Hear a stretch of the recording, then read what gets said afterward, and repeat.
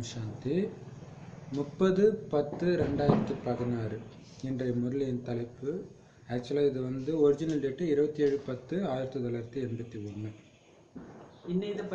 அவ்யக்த முரளி. அவ்யக்த முரளி. தீபாவளி சுப வேளையில் அவ்யக்த பாப்தாதாவினால் வழங்கப்பட்ட மகா வாக்கியங்கள்.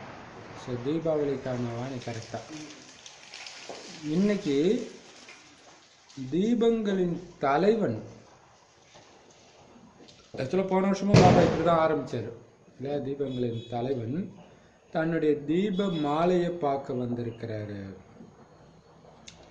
இந்த சைத்தன்ய தீபங்களின் நினைவு சின்னமாக ஜட தீபங்களின் தீபாவளியை கொண்டாடி கொண்டிருக்கிறார்கள். பக்தர்கள் ஜட சித்திரங்கள் மற்றும் ஜட தீபங்களுடன் தீபாவளி கொண்டாடுவாங்க. மேலும் சைத்தன்ய தீபமான நீங்களும் எப்பொழுதும் பிரகாசித்து கொண்டிருக்கும் தீபங்கள். தீபங்களின் தலைவனுடன் குழந்தையாகி சந்திப்பை கொண்டாடி கொண்டிருக்கிறீர்கள்.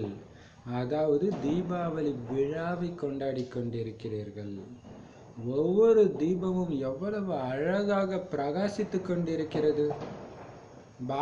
பாருங்க, பாபா குழந்தைங்கள ஃபர்ஸ்ட் சாக்காரவானெல்லாம் ஆன்மீக தந்தை புரிய வைக்கிறார் அப்படின்னு என்ன அர்த்தம்? ஆத்மான்னு புரிஞ்சு உட்காருங்க. ஒரே லைன்ல முடிச்சுட்டு மற்ற பாயிண்ட் போயிடாது. ஆனால் போக போக குழந்தைங்களுக்கு அந்த ஆத்ம உணர்வு வராதனால ஒட்டுமொத்த வானமே பாருங்க, தீப மாலை ஜொலிச்சிட்டு இருக்கிறீங்க, நான் பார்த்துட்டு இருக்கிறேன், ஃபுல்லா அவரே பயிற்சி பண்ண வேண்டியதா இருக்கிற மாதிரி இருக்குது இல்லையா? ஸோ அது எதுக்குன்னா அந்த அளவுக்கு நாளுக்கு நாள் வீக் ஆகிட்டு இருக்குது ஆத்மா, வர ஆத்மா. அதனால இதை பிடிச்சிக்கோங்க அதை பிடிச்சிக்கோங்கன்னு அவர் கஷ்டப்பட்டு கொடுத்துன்னு இருக்கிறார். அதுதான் இப்ப அம்மா நீங்க சொன்னீங்களா, யாரோ ஒருத்தங்களுக்கு பயமா இருக்குதுன்னு சொன்னதுக்கு 11 தடவை என்ன சொன்னாங்க? பாரதத்தின் சிவசக்தி நான் 11 தடவை சொல்லு, பயம் போயிடும் அப்படின்னு சொன்னாங்க. இப்ப மம்மா பிரம்ம பாபா பயங்கரமான புத்திசாலிங்க. ஏன்னா இப்ப நம்மளும் முயற்சி பண்றோம், நமக்கு நிறைய பாயிண்ட்ஸும் கிடைக்குது, அவங்களுக்கு கம்மியா தான் கிடைச்சது. இருந்தாலும் எந்த விதத்துல பயங்கர புத்திசாலினா அவங்க ஒரு விஷயம் கரெக்டா புரிஞ்சுக்கிறாங்க. போக போக வாயுமண்டலம் மோசமா தான் போகும். அப்ப எந்த அளவுக்கு சீக்கிரமா சம்பூர்ணமா வருதோ அந்த அளவுக்கு நல்லது. இப்ப நாமளுமே உலக அழிவு வரைக்கும் வெயிட் பண்ணிட்டு இருந்தோம்னா வேலைக்கு ஆகாது. இப்பவே டக்குன்னு வந்துடணும். சின்ன சின்ன மாயா வர்றதுக்கெல்லாம் இடம் கொடுக்காம விட்டுடணும். ஒரு பாபாவை தவிர எதுவுமே புத்தியில இல்லாம நீங்க வச்சுட்டு சீக்கிரமா சம்பூர்ணம் ஆயிட்டீங்கன்னா தப்பிச்சிங்க. இப்ப அவங்க தப்பிச்சிட்டாங்க இல்லையா? ஸோ அதுதான். அப்போ நம்மளும் அதே மாதிரி ஒரு பாயிண்ட்டும் அப்படி பிடிச்சி ஆழம் பண்ணி எப்படியாவது வெளியில் வந்துடணும். கொஞ்சம் கூட அந்த மற்ற எண்ணங்க இவங்க எனக்கு இந்த உறவுன்ற ஞாபகமே வந்துடக்கூடாது. ஃபுல் ஆத்மா ஆத்மா ஆத்மா அதே தான் இருக்கணும். அதான் பாபா சொல்றாரு, தீபங்களின் தலைவன் தீப மாலை குழந்தைங்க மாலையா இருக்கிறாங்க, உயிருள்ள நட்சத்திரத்தை பார்க்க வராங்க. இந்த நட்சத்திரங்களுடைய நினைவாகத்தான் அங்க ஜட தீபத்தை ஏற்றி ஜட விக்கிரகத்துல கொண்டாடினா அவங்க பக்தர்கள். உயிருள்ள ஆத்மாவாகிய நீங்கள் இந்த ஆத்மாவின் தலைவனோட சந்திப்பு கொண்டாடினீங்கன்னா அதுதான் உங்களுடைய உண்மையான தீபாவளி. இப்ப பாபா சொல்றாரு, ஒவ்வொரு தீபமும் எவ்வளவு அழகா பிரகாசிச்சுட்டு இருக்க. இப்ப இது ஒரு ஆத்ம பயிற்சி. இவ்வளவு பிரகாசமா எவ்வளவு அழகான ஆத்மா அப்படி நம்ம அவங்க பேசும்போது அது மைண்டுக்குள்ள ஓடிட்டே இருக்க. பாபா அப்படித்தானே பேசுறாரு இல்ல? அப்ப பாபாவுக்கு சமனா அவர் எப்படி பேசுறாரோ அதே மாதிரி நம்ம ஒவ்வொருத்தரை சந்திக்கும் போதும் மனசுக்குள்ள அது ஓடணும். அழகா பிரகாசித்து கொண்டிருக்கிறது.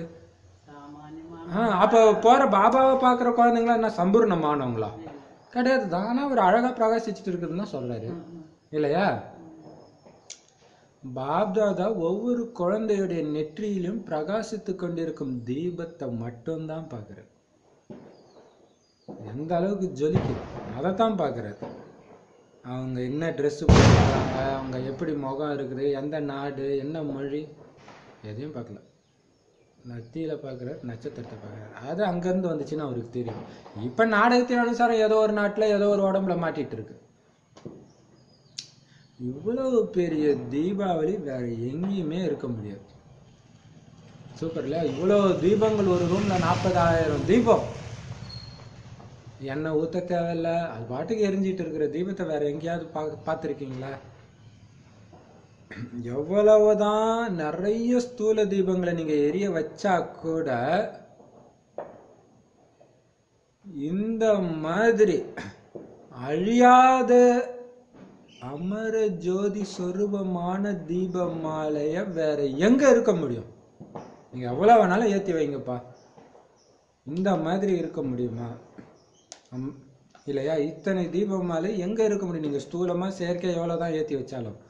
அந்த மாதிரி தீபாவளி, எந்த தீபாவளி தீப ராஜனும் தீப ராணிகளும் அந்த மாதிரி சந்திக்கிறத, அதாவது விழாவை எப்பவாவது பார்த்துருக்கிறீங்களா? இது பார்த்தீங்கன்னா, ஒரு பிரதரு பாபா குழந்தை ஆகிறதுக்கு முன்னாடியே படுத்து தூங்கிட்டு இருக்கும்போது தீபராஜா வந்து இருக்கிறாரு. தெனாவட்டா நீ தூங்கிட்டு இருக்கிறான்னு சவுண்டு கேட்குதான். யாரா அது இந்த நேரம் பேச? நடுராத்திரி. அப்போ ஏதோ அவருக்கு துக்கம் போல இருக்குது. அப்போ கொஞ்சம் அப்படி இருக்கும்போது திரும்பி பார்க்குற எந்த சத்தத்தையும் காணும். பார்த்தா அந்த ஒளி அப்படியே நட்சத்திரமா அப்படி ஜொலிச்சுக்கிட்டே இருந்தான் ரொம்ப நேரம். பாபா குழந்தையாகிறதுக்கு 10 வருஷத்துக்கு முன்னாடியே நடந்திருக்குது. இப்போ பாருங்க, இப்போ போன ஜென்மத்துடைய தொடர்ச்சி அது இல்லையா? இப்போ பாபா சொல்றாரு, தீபராஜாவும் தீபராணிகளும் சந்திக்கிற இந்த தீபாவளி விழாவை எப்பயாவது பார்த்துருக்கிறீங்களா? அதை பார்க்குறவங்களும் நீங்க தான், கொண்டாடுறவங்களும் நீங்க தான். நீங்களே பார்க்குறீங்க, நீங்களே கொண்டாடுறீங்க, நீங்களே அதுல ஒரு தீபமாகவும் இருக்கிறீங்க.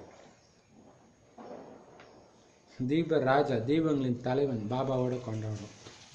பாப்தாதா குஜராத்தை சார்ந்தவங்க அப்போ போயிருப்பாங்க போல இருக்குது பாபாவை பார்க்க. அந்த தீபங்களை மட்டும் பாபா பார்த்துட்டு இல்லை, பாப்தாதாவுடைய எதிரில் பாரதம் மற்றும் வெளிநாடுகளின் நாலாபுறங்களிலும் உள்ள சைத்தன்ய தீபங்கள் இருக்குது. அப்ப பாருங்க, அப்போ எவ்வளோ இருக்கும்? நான் டைமண்ட் ஹாலில் மட்டுமே 40,000 50,000ன்றான்.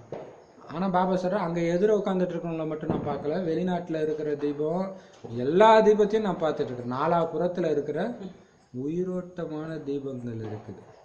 பாபாவுடைய வரவு அவங்களும் சென்டர்ல இருந்து டிவியில் பார்த்தா கூட அவங்களும் அதே கொண்டாடிட்டு தானே இருக்கிறாங்க இல்லையா? அதே தீபராஜனை பார்த்து. அப்போ 1000க்கு மேலான சகோதர சகோதரிகள் வந்திருக்கிறாங்க. அதனால கீழே 3-4 இடங்கள்ல முரளி கேட்டு கொண்டிருக்கிறார்கள். பாருங்க, இப்ப 40,000 பேர் 50,000 பேர் உட்கார மாதிரி டைமண்ட் ஹால் வந்துச்சு. அப்ப அது கட்டி இருக்க மாட்டாங்க. அநேகமா பாண்டவ பவன்ல நடந்திருக்கும்னு நினைக்கிறேன் இது, மலைக்கு மேல. ஸோ அப்போ வந்து 1000மே அதிகமா இருந்திருக்குது. ஸோ அதுக்கே இடம் பார்த்ததுனால 3-4 இடங்கள்ல முரளி கேட்டுட்டு இருக்கிறாங்க. பாபா சொல்றாரு, கீழே உட்காந்துட்டு கேட்குறவங்க உண்மையில கீழே இல்லை, பாப்தாதாவுடைய கண்ணுல இருக்கிறாங்க. பாபாக்கு எப்பயுமே பணிஞ்சு போற குழந்தை தான் ரொம்ப பிடிக்கும் இல்லையா? கண்ணுல இருக்கிறாங்க.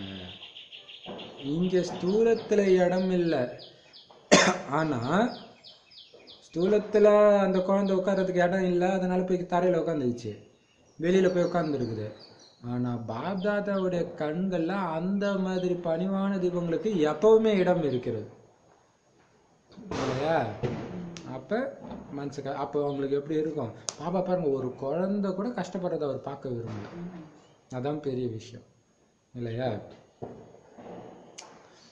விஐபின்ட்டு ஒரு என்ட்ரன்ஸ் இருக்கும், அது மாதிரிலாம் வருவாங்க. பட் ஆனா பாபா யாரை புகழ்ந்து பேசுறோம்னா, யார் கடைசியில உட்காந்துட்டு இருக்காங்களோ அவங்கள தான் புகழ்ந்து பேசுறாரு. எல்லாருமே பிடிக்கும், பட் அந்த குழந்தையுடைய வலி அவருக்கு தெரியுது. என் இதயத்துல இருக்கிறேனே, என் கண்ணுல இருக்கிறேனேன்ற. இன்னைக்கு தீபராஜன் தன்னுடைய அனைத்து தீப ராணிகளுக்கும், அங்க தீபங்களின் தலைவன் குழந்தைன்னாரு, இப்ப பாபா என்ன சொல்றாரு? ராஜானா ராணி ஆயிடுது இல்லையா? நம்மளுடைய கணவன் இல்லையா அவரு? தீபராஜன் தன்னுடைய அனைத்து தீப ராணிகளுக்கும் அமர ஜோதியின் வாழ்த்துக்களை தெரிவிக்கிறாரு. என்ன தெரிவிக்கிறாரு? எப்பவுமே அமரராகுங்கள். வெளிநாட்டை சார்ந்தவங்க கூட புன்முறுவல் செய்யறாங்க. அமெரிக்காவிலிருந்து டெனிஸ் சகோதரி வந்திருக்கிறார். இவர் ஒருவர் இல்லை, ஒருவரில் அநேகர்கள் இருக்கிறாங்க. நாலாபுறங்களில் உள்ள தேசத்தை சேர்ந்தவர்களும் நினைவு என்ற அன்பை வைத்துக் கொண்டிருக்கிறார்கள். அந்த அன்பின் ஆதாரத்துல தூரமா இருந்தா கூட நேர் எதிரிலேயே இருக்கிறாங்க. பாப்தாதா எல்லைக்கு அப்பாற்பட்ட தீபங்களின் தீப மாலையை பார்த்து கொண்டிருக்கிறார். இப்போ பாருங்க, இந்த டெனிஸ் அப்படின்ற சகோதரி வந்திருக்கிறாங்க, அமெரிக்காவை சேர்ந்தவங்க. அவங்கள பார்த்து பாபா சொல்றாரு, இவங்க ஒருத்தர் இல்லை, நிறைய பேர். ஏன்னா இவங்க மேல அவ்வளோ அன்பு வச்சிருக்கிறாங்க அத்தனை பேரும். கூடவே இன்னொரு அர்த்தத்துல வந்து பாபா மேல உள்ள அன்பு, அந்த அன்பின் ஆதாரத்துல அப்ப என்ன சொல்றாருன்னா, அந்த ஆயிரக்கணக்கான ஆத்மாக்களுடைய பிரதிநிதியா இவர் வந்திருக்கிறார் டெனிஸ். ஒருத்தர் கிடையாது, 1000 பேரை நான் பார்க்கிறேன்.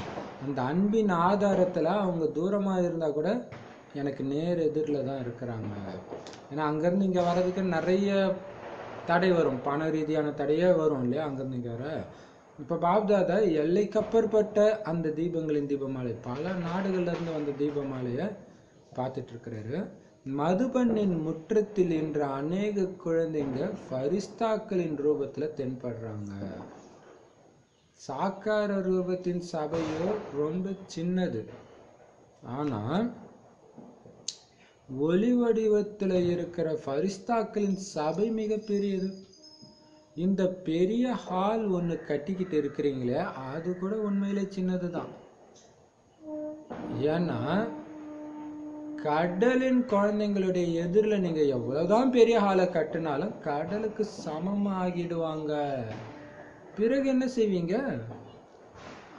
ஒருவேளை அப்பதான் டைமண்ட் ஹால் கட்டுறாங்களா என்னன்னு தெரியல இல்லையா. டைமண்ட் ஹால் கட்டியும் தான் பார்த்தல. இப்போ அடுத்தது என்ன பண்ணலாம் பாபான்ட்டு போன வருஷம் லாஸ்ட் மீட்ல கேட்டாங்க இல்லையா. அதான் சொல்றாரு, கடலுடைய குழந்தைங்க இன்னும் நிறைய வருவாங்களா, அப்ப என்ன பண்ணுவீங்க? பாபா அப்பவே கேட்டிருக்கிறாரு. அவங்களுக்கு ஒண்ணுமே புரிஞ்சிருக்காது அவ்வளவான்ட்டு. ஏன்னா அப்ப 1000 அதிகமா சொல்லியிருக்கிறாங்க இந்த வானிலை இல்லையா. ஆகாயம் மற்றும் பூமியை இந்த எல்லைக்கு அப்பாற்பட்ட ஹால்ல நிரப்ப முடியுமா? எல்லைக்கு அப்பாற்பட்ட தந்தையுடைய குழந்தைங்க 4 சுவர்கள் என்ற எல்லைக்குள்ள எப்படி நிரப்ப முடியும்? அந்த மாதிரியும் நேரம் வரும். அப்ப எல்லைக்கு அப்பாற்பட்ட ஹால்ல இந்த 4 தத்துவங்கள் 4 சுவர்களின் வேலை செய்யும். அப்படின்னா என்ன அர்த்தம்? சில சீதோஷ்ண நிலை மோசமாகும் காரணமாக கூட கூரை அல்லது சுவர்களின் அவசியமே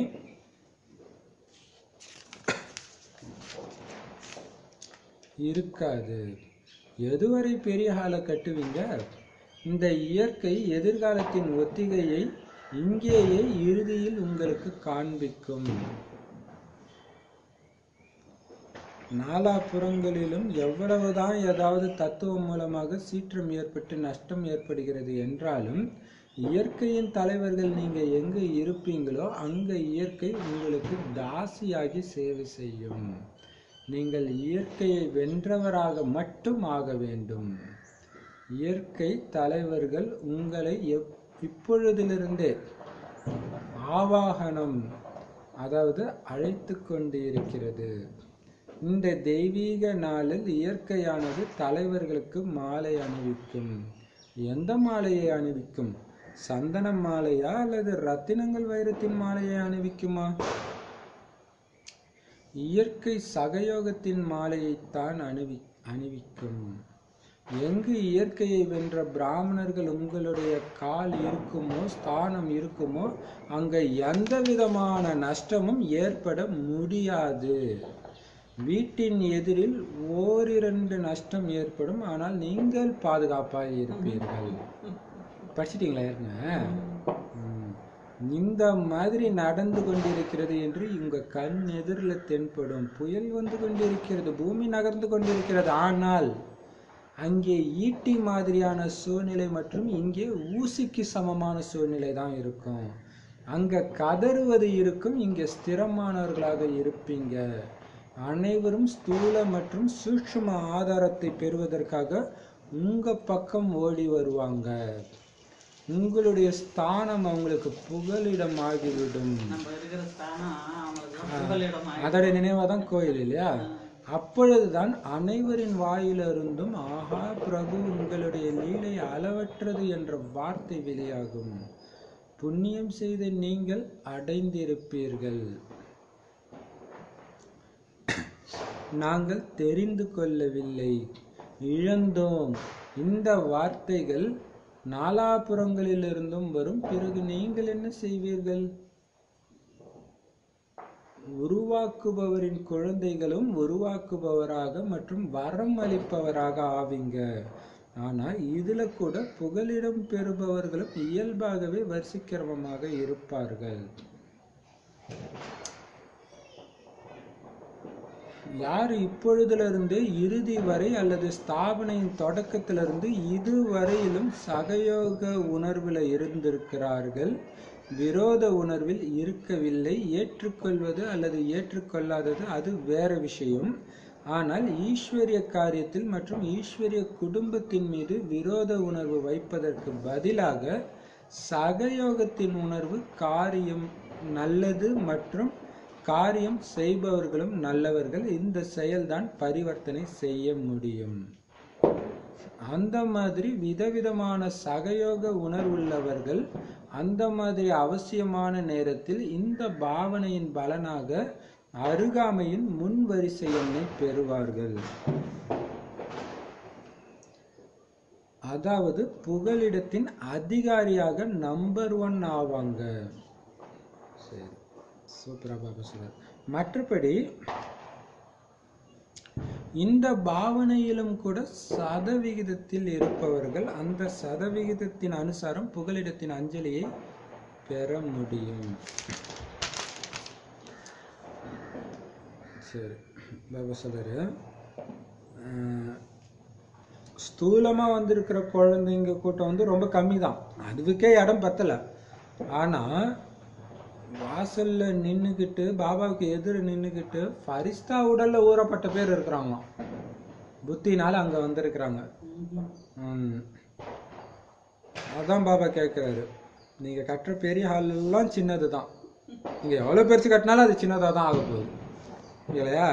கடைசியில ஓப்பன் ஸ்பேஸ்ல நடக்கும் இல்லையா? ஏன்னா சீதோஷ்ண நிலை மோசமாகிறதுனால கூரையும் தேவைப்படாது, சுவரும் தேவைப்படாதுங்க. எதுவுமே பண்ண முடியாது, அப்படி ஒரு சூழ்நிலை வரும். அப்ப நீங்க என்ன பண்ணுவீங்க? ஏன்னா கடைசியில நடக்க போது பாருங்க, பயங்கரமான ஒரு அந்த கடைசி நேர இயற்கையோட சீற்றம், அது இப்பவே இங்கேயே காட்டும். இல்ல இறுதியில உங்களுக்கும் கூட அது காட்டும்ன்ற. அப்ப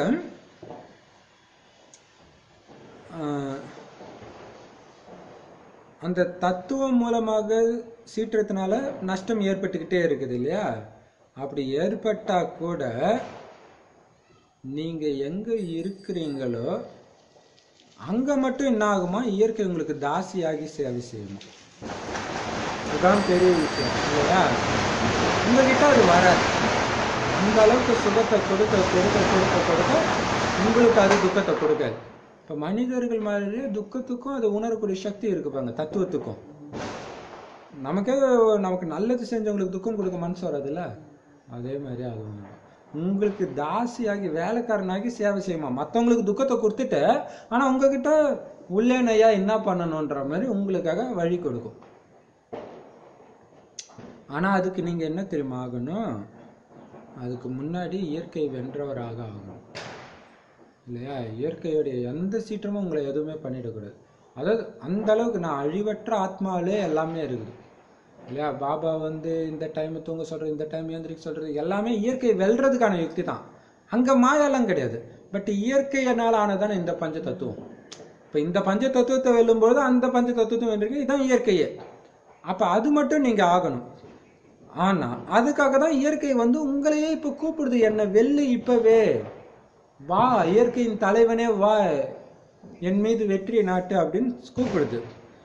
அதனால என்ன சொல்றேன்னா, அந்த தெய்வீக திருநாள் இருக்குது கடைசி நேரத்தில் உங்களுக்கு வேலைக்காரன் ஆகுறது, அந்த டைம் பார்த்தீங்கன்னா அது உங்களுக்கு மாலை அணிவிக்குமா. எண்ணெய் மாலை, சந்தன மாலை, ரத்ன மாலை கிடையாது, வைர மாலை கிடையாது. உதவின்ற மாலை, சகயோகத்தின் மாலையை தான் அணிவிக்கும். நீங்க நினைச்ச மாதிரி நடக்கும். டக்கு டக்கு டக்கு டக்குன்னு எல்லாமே நீங்க ஆச்சரியமா இருக்கும்.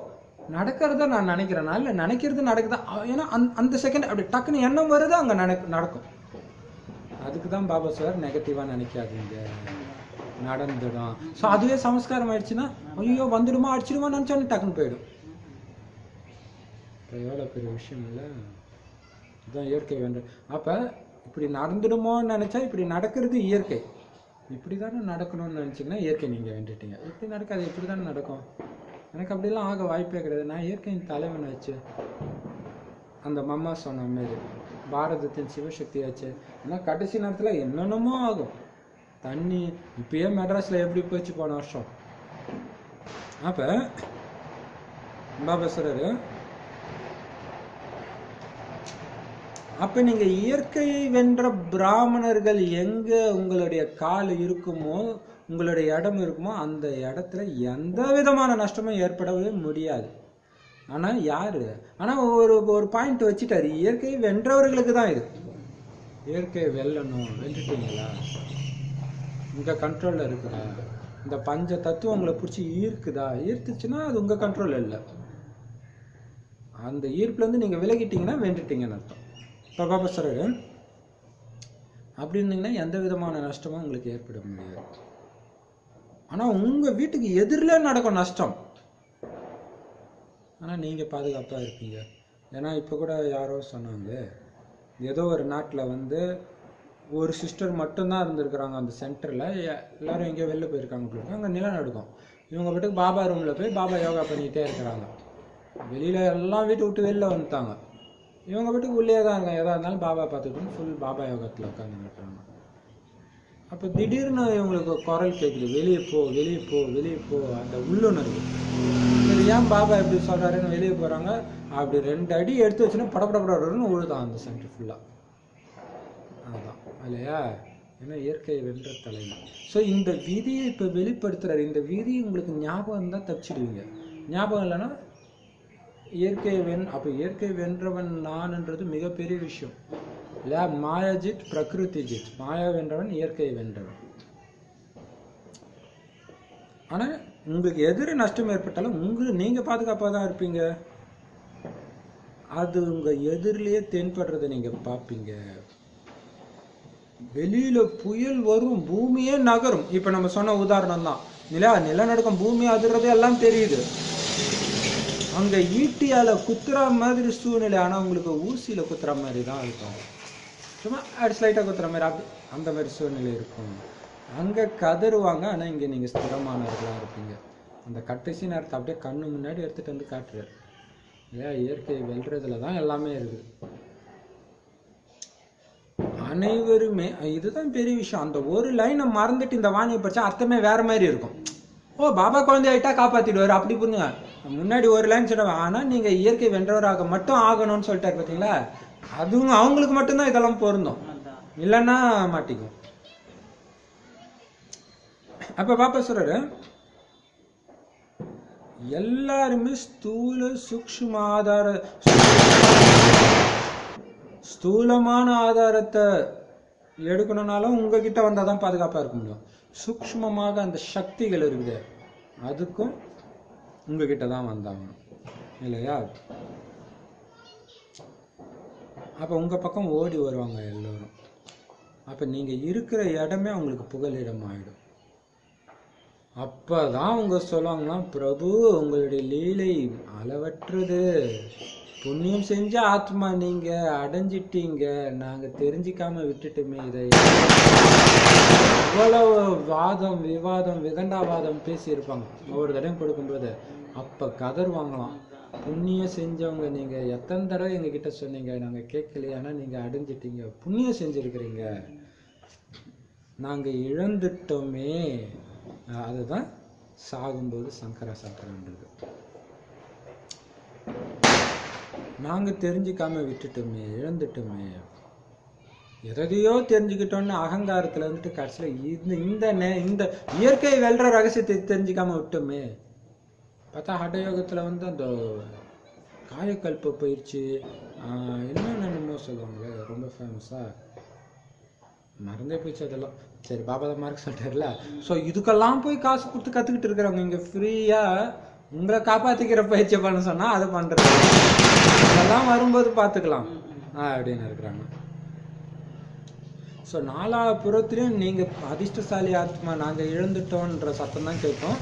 அப்போ நீங்கள் என்ன பண்ணுவீங்கன்னா, நீங்கள் யாரோட குழந்தை? உருவாக்குபவருடைய குழந்தை, சிவபாபாவுடைய குழந்தை. ஸோ நீங்களும் மற்றவங்களை உருவாக்குபவராக, வரம் கொடுப்பவராக இருப்பீங்க. உங்களுடைய ஒவ்வொரு எண்ணமும் அவங்கள தேவதையாக மாற்றிக்கிட்டே இருக்கும். ஐயோ அவங்க பார்வை என் மேலே படக்கூடாதா, என் மேலே படக்கூடாதுன்னு அப்படியே கொச்ச கொச்ச கொச்சன்னு நிற்பாங்க. உங்கள் பார்வை பார்த்தாலே அவங்க வரம் கொடுக்குற மாதிரி ஆயிடும். அப்படி உருவாக்குபவர நாம இப்போ பாபாவுடைய திருஷ்டிக்காக வெயிட் பண்ணிட்டு இருக்கிறாங்க, அந்த மாதிரி இருப்பீங்க. அதே மாதிரி உங்ககிட்ட புகலிடம் கிடைக்கிறதும் எல்லாருக்கும் அவ்வளோ ஈஸியாக கிடைச்சிடாது. அதுலேயும் வரிசைக்கிறவங்க, அவங்களும் அஞ்ஞானியாக இருந்தாலும் அவங்களும் நல்லவங்க கெட்டவங்க, அந்த பக்தர்களுடைய முயற்சி, அந்த வரிசைக்கிரமம் இருக்கும். பாருங்க, யார் இப்பொழுதுல இருந்தே இறுதி வரை ஸ்தாபனையுடைய தொடக்கத்திலிருந்து இது வரைக்கும் சகயோக உணர்வுலே இருந்திருக்கிறாங்க, விரோத உணர்வுலே இல்லை இல்லையா? பாபா எதை சொன்னாலும் நான் டக்குன்னு செஞ்சிடுவேன். அந்த ஒரு உதவி செய்யற உணர்வுல இருந்துட்டு, அழப்பாப்பா பாபா சொல்ற அதெல்லாம் நமக்கு விட்டு வராது, அவரு தான் சொல்லி இருக்கிறாரு குடும்பத்தை கவனிக்க சொன்னாங்கன்னா அப்படியே இருப்பாங்க. அப்ப பாபா சொல்றாரு, ஆனா ஈஸ்வரிய காரியத்திலும் அந்த ஈஸ்வர குடும்பத்தின் மீதும் விரோத உணர்வு வைக்கிறதுக்கு பதிலாக யாரு சகயோகத்தின் உணர்வு, காரியமும் அவங்க செய்யற காரியமும் நல்லதா இருந்து காரியம் செய்யறவங்களும் நல்லவங்களா இருக்கிறாங்களா, அந்த செயல் தான் பரிவர்த்தனை செய்ய முடியும். பாருங்க, இந்த வரம் கொடுக்கறது எல்லா வேலையும் யாரு பண்ண முடியும்? ஆரம்பத்துல வந்து அந்த நெகட்டிவ் உணர்வே இல்லாம இருக்கிறவங்க, அந்த விரோத மனப்பான்மையே கிடையாது. பாபாவுடைய காரியத்திலையும் உதவி, பாபாவுடைய குடும்பத்துக்கும் உதவி, ரெண்டுத்திலுமே வெறுப்பு கிடையாது. அந்த மாதிரி இருக்கிறவங்களால தான்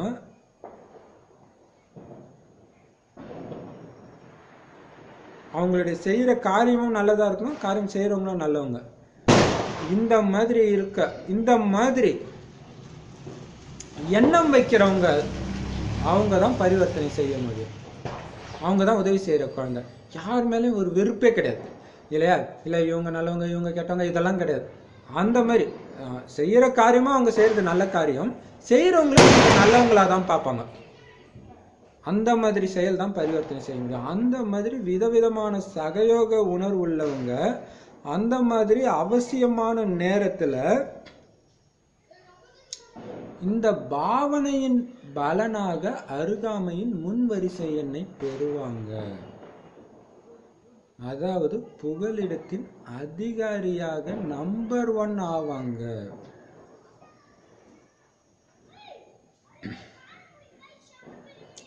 மற்றபடி இந்த பாவனையில கூட சதவிகிதத்துல இருக்கிறவங்க அந்த சதவிகிதத்துடைய அனுசாரம் தான் புகலிடத்தின் அஞ்சலியை பெற முடியும். மற்றபடி பார்த்து கொண்டிருப்பவர்கள் பார்த்து கொண்டே இருந்து விடுவார்கள். கடைசி வரைக்கும் எந்த சேவையும் பண்ணல, அப்படியே அமைதியா இருக்கும், கடைசியும் அப்படியே இருந்துக்க வேண்டியதான்றாரு. ஸோ இப்போ எப்படி ஈஸ்வரிய சேவையில விழுந்து சேவை பண்றாங்களோ அந்த அன்பு இல்லையா, இதுவும் தேவதை ஆத்மா இவங்களும் நல்லவங்க, அப்படி யார் இருக்கிறாங்களோ விதவிதமான அந்த உதவி மன உணர்வு உள்ளவங்க அவங்க தான் இதுலேயும் ஃபர்ஸ்ட் ரேங்க் எடுக்க முடியும். அவங்கள தேடி தான் கூட்டம் வரும். மற்றவங்களை தேடி அவங்க என்ன பண்ணுவாங்க, சேவை செய்யலாம், நாளைக்கு செய்யலாம் இன்னைக்கு பார்க்குற மாதிரி அப்பயும் அங்கேயும் பார்த்துக்கிட்டே தான் இருக்கணும். அவங்க பின்னாடி யாரும் வரமாட்டாங்க, அவங்க பண்ணாங்க அவங்க பின்னாடி வராங்கன்னு இவங்க பார்த்துட்டு தான் இருக்கணும்.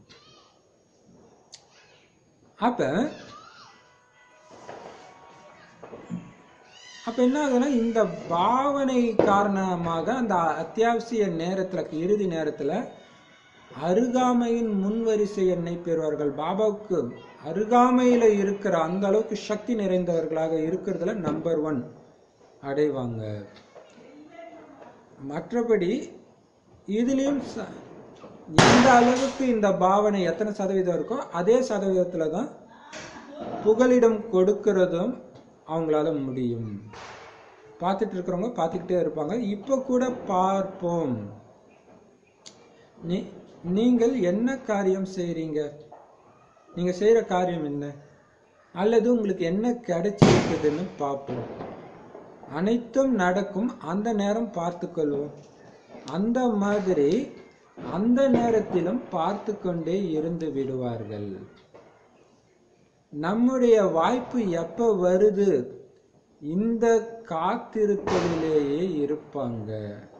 மேலும் தூரத்தில் காத்து கொண்டிருக்கிற ஆத்மாக்களுக்கும் மாஸ்டர் ஞான சூரியனாகி சுப பாவனை சிரேஷ்டமாகிறதுக்கான விருப்பங்களின் கிரணங்களை நாலாபுறங்களில் உள்ள ஆத்மாக்களுக்கு உலகிற்கு நன்மை செய்பவராகி அளிப்பீர்கள்.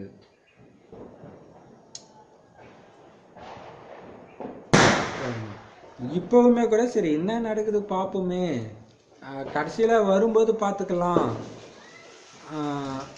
அந்த மாதிரி எப்போ வரும் அப்போ பார்த்துக்கலாம் அப்படின்னு டைம் வரட்டும் டைமுக்காக வெயிட் பண்ணுறவங்க புகலிடத்தின் ஏற்பாடுகளின் அதிகாரியாக ஆக முடியாது. அப்படின்னு என்ன அர்த்தம்? அவங்க இருக்கிற இடம் பாதுகாப்பான இடமாக இருக்க முடியாது. இருந்தால் அந்த இடத்தின் அதிகாரி அவங்கள தேடி தானாக வருவாங்க. ஸோ அவங்களால ஆக முடியாமல் போயிடும். அந்த நேரத்தில் அவங்களும் பார்த்துக்கிட்டே இருந்துடுவாங்க. நம்முடைய வாய்ப்பு எப்போ வருது அப்படின்ற இந்த காத்திருத்தலிலேயே இருப்பாங்க. மேலும் தூரத்தில் காத்து கொண்டிருக்கும் ஆத்மாக்களுக்கும் மாஸ்டர் ஞான சூரியனாகி சுப பாவனை சிரேஷ்டமாவதற்கான விருப்பங்களின் கிரணங்களை நாலாபுறங்களில் உள்ள ஆத்மாக்களுக்கு உலகிற்கு நன்மை செய்பவராகி அளிப்பீர்கள்.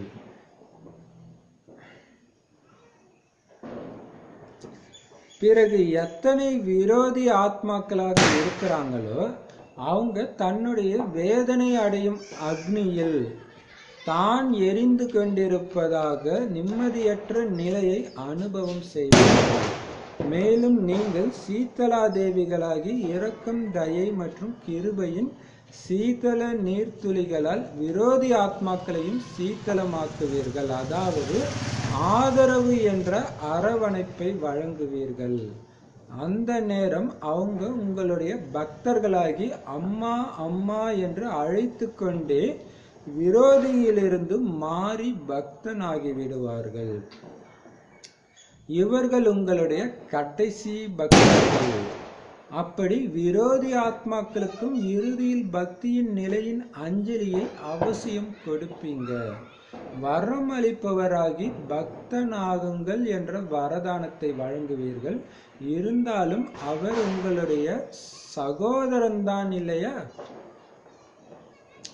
அப்படி சகோதரத்துவத்தின் உறவை வைத்து நடந்து கொள்வீர்கள். அந்த மாதிரி வரம் அளிப்பவராக ஆகி இருக்கிறீங்களா? எப்படி இயற்கை உங்களை வரவழைத்து கொண்டிருக்கிறதோ அதே மாதிரி நீங்கள் அனைவரும் தன்னுடைய அந்த சம்பன்ன நிலையை வரவழைத்து கொண்டிருக்கிறீர்களா? இந்த தீபாவளியை கொண்டாடுங்கள். அவங்க லக்ஷ்மியை ஆவாகனம் செய்யறாங்க தீபாவளியில. ஆனா நீங்க என்ன ஆவாகனம் செய்வீங்க? அவங்களோ செல்வத்தின் தேவியை ஆவாகனம் அதை கூப்பிடுறாங்க. ஆனா நீங்க அனைவரும் செல்வந்தன் ஆகுக என்ற நிலையின் ஆவாகனம் செய்யுங்கள். அந்த மாதிரி தீபாவளியை கொண்டாடுங்கள். என்ன செய்ய வேண்டும் என்று புரிந்ததா? நல்லது. சமசூப்பரா சொல்லியிருக்கிறார் பாபா.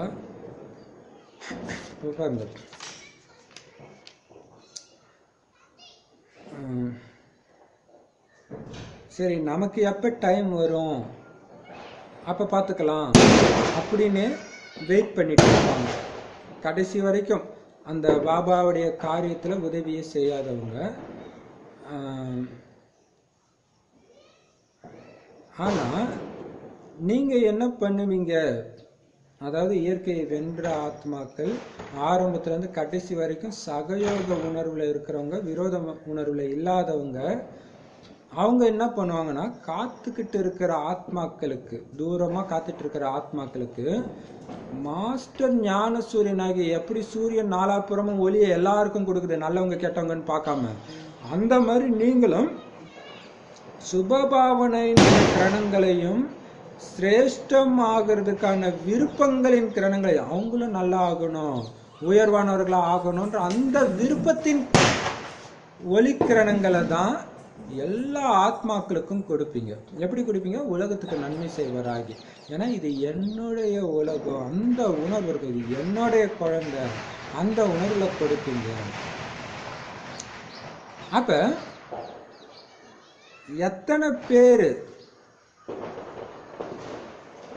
அப்ப பாபா சொல்றாரு, எந்த அளவுக்கு விரோதி ஆத்மாக்களாக இருக்கிறாங்களோ அவங்க தன்னுடைய வேதனை அடையும் அக்னியில தான் எரிந்து கொண்டிருப்பதாக நிம்மதியற்ற நிலையை அனுபவம் செய்வாங்க இல்லையா? கடைசி வரைக்கும் பாபாவுக்கு எந்த விதமான ஹெல்ப்பும் பண்ணவே இல்லை, கடைசியில பார்த்துக்கலாம் அப்படின்னு நினைத்த பாபா குழந்தைங்க எல்லாம் தெரிஞ்சும் அலட்சியமா இருந்துட்டேனே அப்படின்ற வேதனைன்ற நெருப்புல எரிஞ்சிட்டு இருப்பாங்க. அப்படி ஒரு நிம்மதியற்ற நிலையாம்.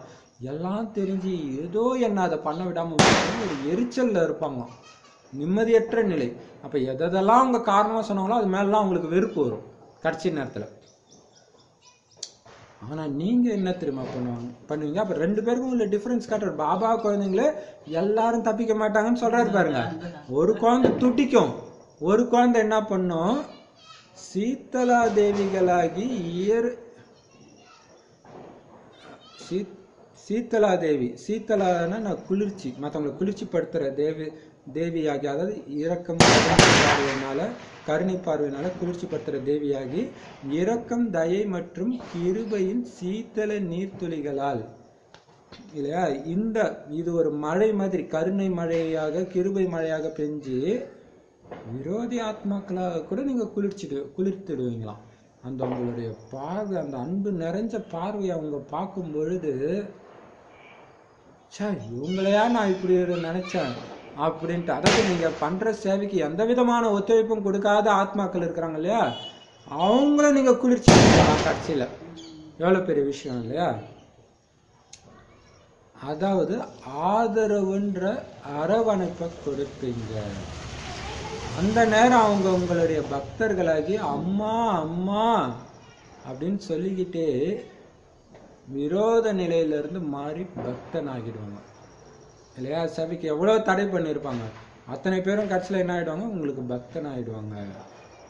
இவங்க தான் உங்களுடைய கடைசி பக்தர்கள். யாரு? உங்களுக்கு பயங்கர தடங்களை ஏற்படுத்தினாங்க விரோத மனப்பான்மையில, அவங்க தான் உங்களுடைய கடைசி பக்தர்கள். கண்டிப்பா நீங்க அந்த விரோதி ஆத்மாக்களுக்கு கூட பக்தி, அதுக்குதான் இப்பயே சம்பூர்ணம். எனக்கு யாரும் எதிர்க்கிறேன், எனக்கு எல்லாம் நல்லவங்க, எல்லாம் எனக்கு பிடிக்கும், திரும்ப திரும்ப அவங்களுக்கு துக்கம் கொடுக்குறவங்களும் நிறைய தடவை சொல்லி அவங்க எவ்வளவு நல்ல ஆத்மா சொல்லிக்கிட்டே இருங்க இல்லையா? கண்டிப்பா நீங்க அந்த பக்தி நிலை, அவங்க பக்தி நிலை எப்படி, அதுக்கான அஞ்சலி பிரதிபலனை அவசியம் கொடுப்பீங்க. வரமளிப்பவராகி பக்தன் ஆகுங்கன்ற வரத்தை கொடுப்பீங்க. இருந்தாலும் உங்களுடைய சகோதரன் தானே அவங்க, அதனால அவன் பக்தன் தானே அப்படி கீழே பார்க்க மாட்டீங்க, சகோதரத்துவ உள்ளுணர்வை வச்சு தான் நடந்துப்பீங்க அவங்க கிட்ட. அந்த மாதிரி வரம் கொடுக்கிறவரை ஆகிட்டீங்களா? ஏன் பக்தன் ஆகுங்கன்னு கொடுக்குறீங்கன்னா அவங்களுக்கு இந்த ஞானம் புரிஞ்சுக்க முடியாது, அதனால சரி நல்ல பக்தனா ஆகுங்க. இருந்தாலும் பக்தனா இருந்தாலும் என்ன, அது சகோதர ஆத்மா தான் இல்லையா? கருணையில நீங்க அம்மாவாகணும், பட் நடந்துக்கிற மற்றவங்களுக்கு மரியாதை கொடுக்கறதுல சகோதர ஆத்மா. அப்படி ஆகி இருக்கிறீங்களா? ஆனா இன்னைக்கு வாழ்க்கை வந்து அவ்வளவு சீக்கிரம் புரிய கூட செய்யாது உள்ள இருக்குல்ல, அந்த மாதிரி இருக்கு ஒரு ஒரு லைனும். இப்ப பாபா சொல்றாரு, எப்படி உங்களை இயற்கை வர கூப்பிடுது, இயற்கையின் தலைவனே, என்னுடைய தலைவனே வா வா வான்னு கூப்பிடுது. தலைவன் யாரை கூப்பிடும்? இப்ப இருக்கிற நிலையை கூப்பிடும், சம்பூர்ண நிலை உள்ளவனை தான் கூப்பிடும். அந்த சம்பன்ன நிலையை நீங்க வர வச்சுட்டீங்களா? அது தலைவனை வரவழைக்குது, கூப்பிடுது. அந்த நிலையை நீங்க வர வச்சுட்டீங்களா? அந்த தலைவனுடைய நிலையை உங்களுக்கு வர வச்சுட்டீங்களா? நிலை வந்தால் தானே தலைவன் ஆக முடியும். வர வச்சுட்டீங்களா? சமவாணி பயங்கரமா சிந்திக்க வைக்குது இல்ல. அந்த அளவுக்கு இயற்கையை வென்றுட்டீங்களா, கரெக்டா எல்லாம் பாபா சொல்றாருல, நீங்க என்ன நடக்கிறீங்களோ அதுதான் நடக்கணும்.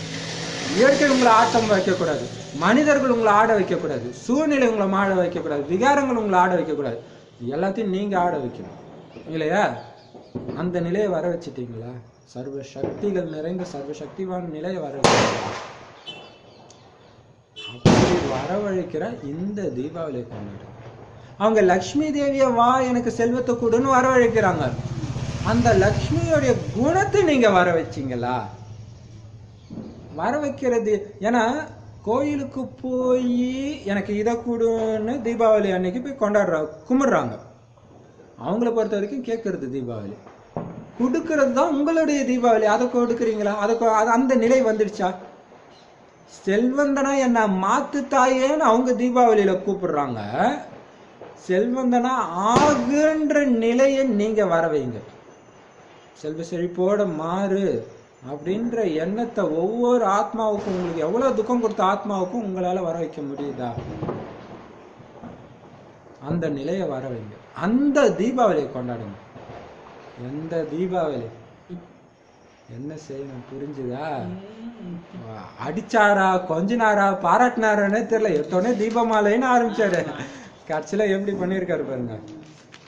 இப்ப பாபா சொல்றாரு, அந்த மாதிரி தீபாவளியுடைய தீபங்களுக்கு எப்பவுமே அனைத்து பொக்கிஷங்கள்னால நிரம்பிய செல்வந்தன் ஆகுக அப்படின்னு சொல்லக்கூடிய குழந்தைங்களுக்கு,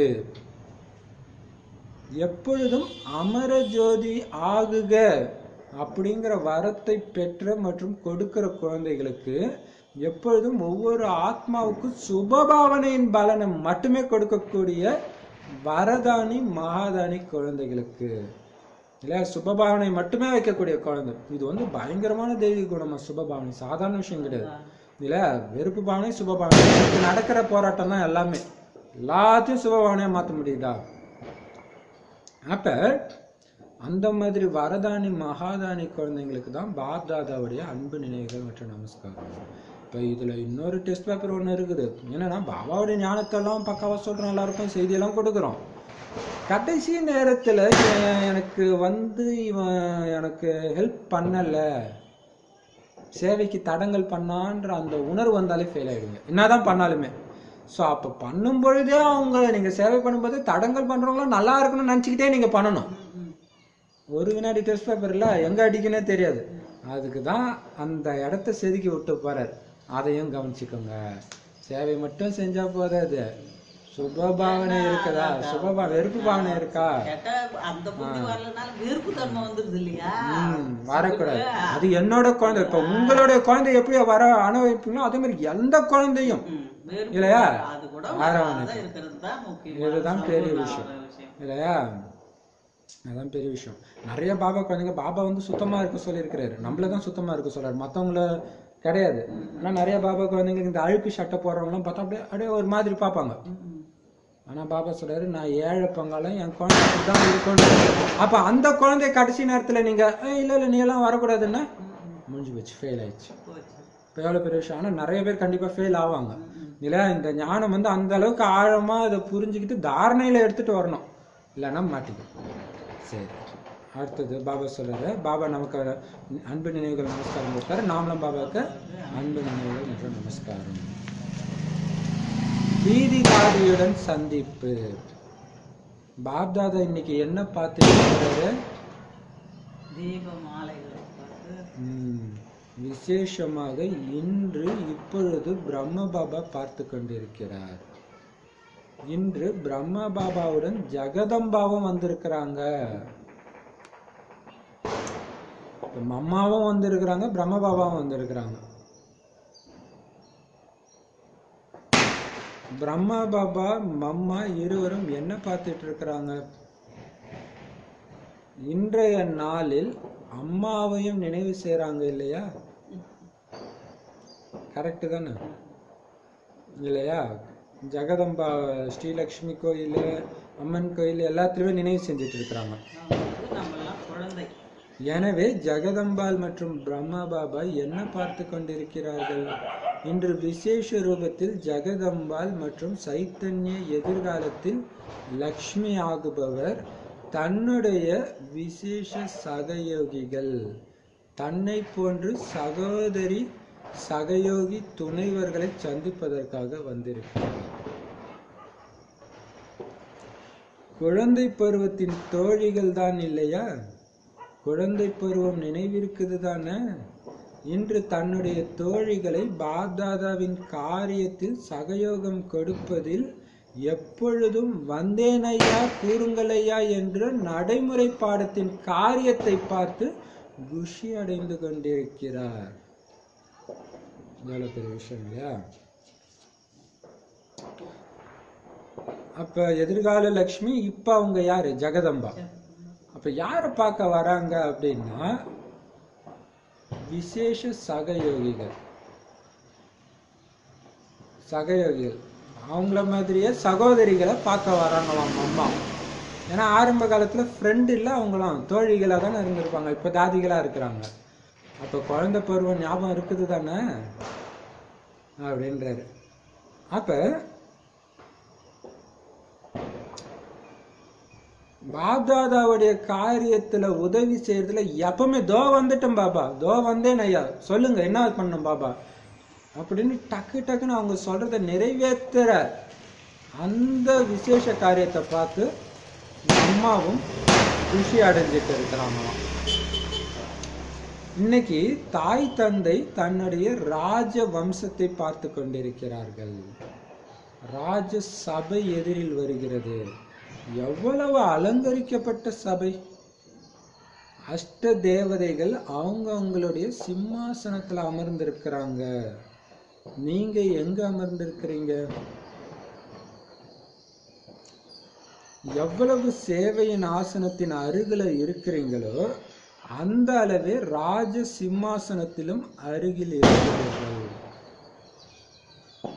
பாருங்க, அந்த அதுதான் ஆதி அனாதி சமஸ்காரத்தை போது அவங்க பார்க்கும் பொழுது அந்த எதிர்கால பதவியே பார்க்குறாங்க எல்லாரும். அந்த ராஜ வம்சம், இந்த குழந்தைங்க தான் அங்கே வம்சத்தில் வரப்போகுது பார்த்துட்டு இருக்கிறாங்களாம்.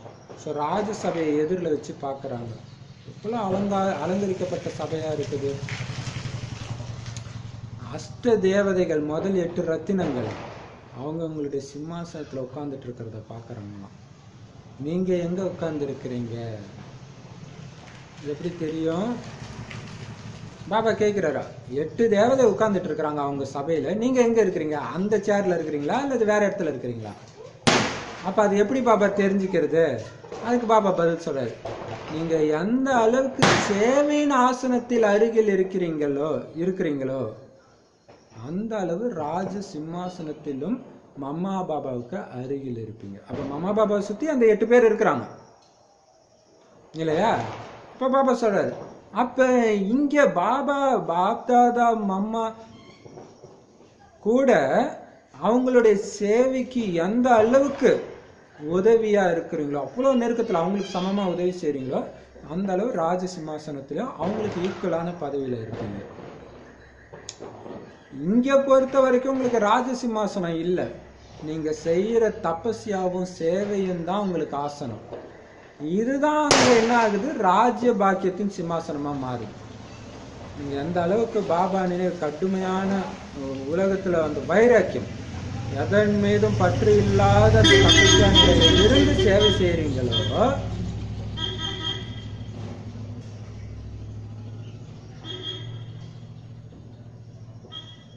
அந்த சேர்ல எவ்வளவு நேரம் உட்காருங்களோ அதை பொறுத்து தான் அங்க ராஜபாக்கியத்தின் சிம்மாசனம். இங்க இதுதான் உங்களுக்கு சேர். இதை விட்டு இறங்காம இருந்தீங்கன்னா அங்கேயும் அதை விட்டு இறங்க மாட்டீங்க. ஒண்ணுமே தெரியாத அஞ்ஞானி ஆத்மாக்கள், சின்ன வயசு பொண்ணுதான் அது சொல்லுது, யாரோ குடும்பத்தார சரியில்லாத பொண்ணு, என்ன பெரிய ராஜ பரம்பரையில இருந்து வந்துட்டியா என்னன்றது அதெல்லாம் யோசிக்க வேண்டிய விஷயமா? ராஜ பரம்பரையில இருந்து வந்தியா? யாரு எப்பவுமே அந்த தபஸ்யா மற்றும் சேவையின் சேர்லே இருக்கிறாரோ அப்படின்னா நிரந்தரமா சேவை. பாபா நேற்று ஸ்லோகன்ல கூட சொன்னாரு, எண்ணம் சொல் செயல் மூலம் சேவை செய்யக்கூடியவங்க தான் நிரந்தர சேவைதாரிகள். அவங்களுடைய ஒவ்வொரு சுவாசத்திலும் சேவை அடைஞ்சிருக்கு. கனவுல கூட சேவை தான், சேவை பற்றிய கனவு தான் வரும். அந்த மாதிரி சேர்ல நிரந்தரமா யார் உட்கார்ந்துட்டு இருக்கிறாங்களோ அவங்க எப்பவுமே ராஜ சிம்மாசனத்துல உட்கார்ந்துட்டு இருக்கிறவங்களா ஆவாங்க. எவ்வளவு பெரிய விஷயம். அப்ப இதுல பாருங்களேன் அதிசயம், தபஸ்யாவை சேர்த்து சேவை சொல்றது. அந்த வைராக்கிய உணர்வு இருக்கும்போது தான் சேவையை பண்ண முடியும். எல்லைக்குட்பட்ட பற்றுல எல்லாம் மாட்டிக்கிட்டா பண்ண முடியாது. கொஞ்சமாவது நேரத்தை அது குடிச்சிடும், அப்ப அங்க இருக்க முடியாது. எவ்வளவு எச்சரிக்கையா இருக்கணும் இல்லையா? இப்ப பாபா சொல்றாரு, இங்க எந்த அளவுக்கு பாபாவுடைய சேவையில உதவியாளராக எப்பவுமே இருக்கிறாங்களோ அந்த அளவுதான் அங்க ராஜ்யத்திலும் எப்பவுமே துணைவராக கூடவே இருப்பாங்க. மாமா பாபா கூட எப்படி இங்க ஒவ்வொரு காரியத்திலும் பாப்தாதாவின் நினைவுல துணைவனாக இருக்கிறார் உங்களுக்கு,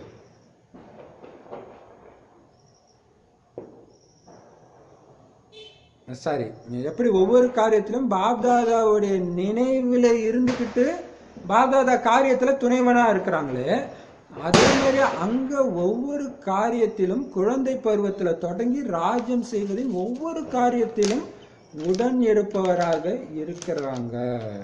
அந்த அஷ்ட ரத்தினங்கள் கடைசி வரையும் ஒன்னாவே இருப்பாங்க பிள்ளைங்க. அதனால கடைசி சங்கமத்திலையும் பாருங்க இல்லையா, அப்பா கூடவே வந்தவங்களா தான் இருப்பாங்க. பிரகாஷ் மணிதாதி அது மாதிரி இல்லையா. அப்ப எல்லாம் அப்ப பாருங்களேன், மாமா படிச்ச ஸ்கூல்ல தான் பிரகாஷ் மணிதாதி படிச்சிருக்கிறாங்க. அதுல இருந்து கட்சி வரைக்கும் ஒன்னா தானே வந்திருக்கிறாங்க இல்லையா. இவங்க பணக்கார குடும்பத்துல இருக்காங்க, இவங்க ஏழை குடும்பத்துல இருக்காங்க. மற்றபடி பாத்தீங்கன்னா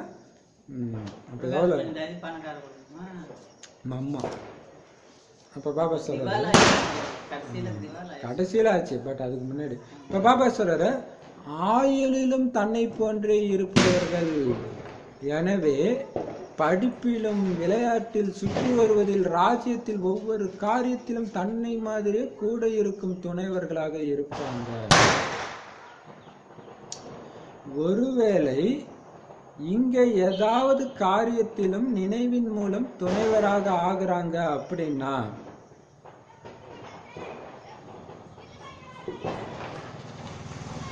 அங்கேயும் அனைத்து காரியத்திலும் துணைவராக ஆவதில்லை. சில காரியத்தில் துணைவராக இருப்பாங்க, மேலும் சில காரியத்தில் தனியாக இருப்பாங்க. சில காரியத்தில் அருகாமையில் இருப்பாங்க, சில காரியத்தில் தூரமாக இருப்பாங்க. யார் எப்பொழுதும் அருகாமையில், எப்பொழுதும் துணைவனாக, எப்பொழுதும் சகயோகியாக, எப்பொழுதும் தபஸ்யா மற்றும் சேவையின் ஆசனத்தில் இருக்கிறாரோ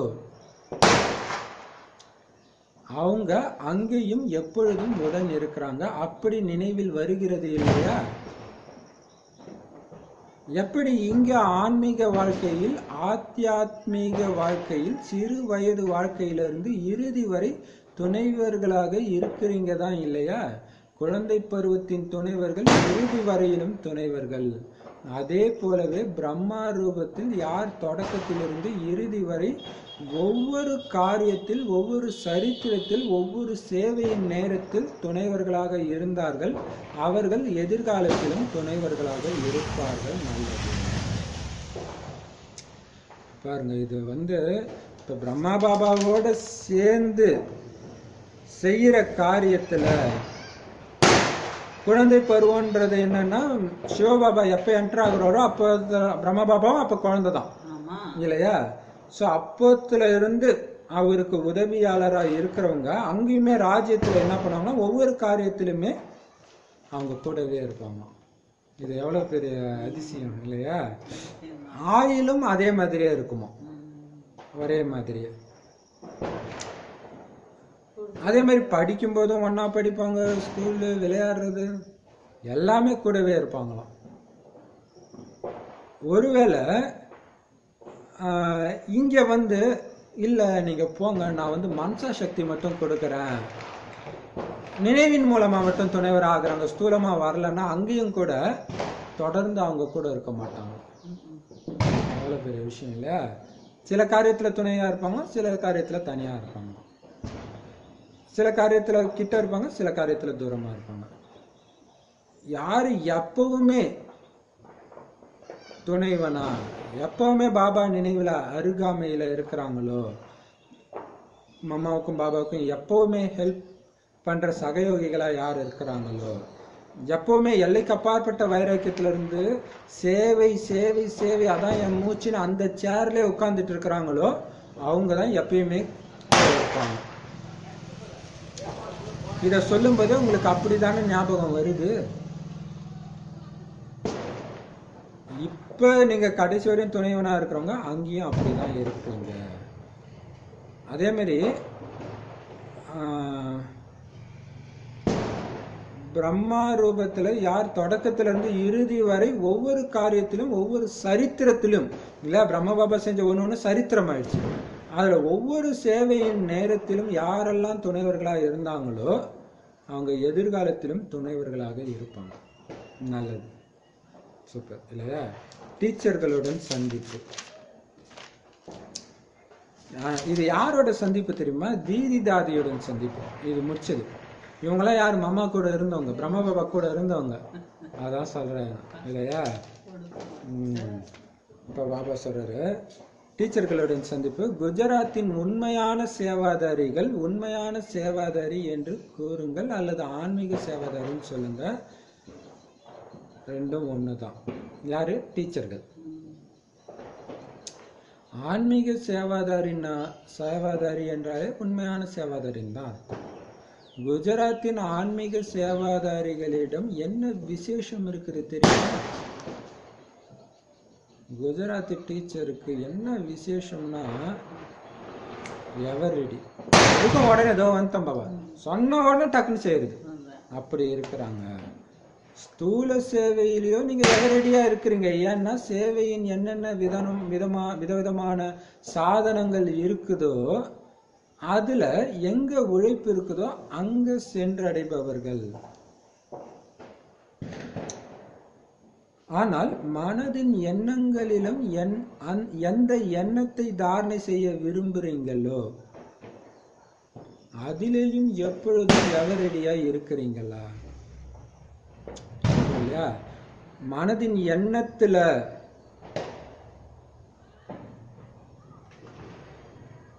சரி என்ன நினைக்கிறீங்களோ அதை அந்த நேரத்திலே செய்யுங்க.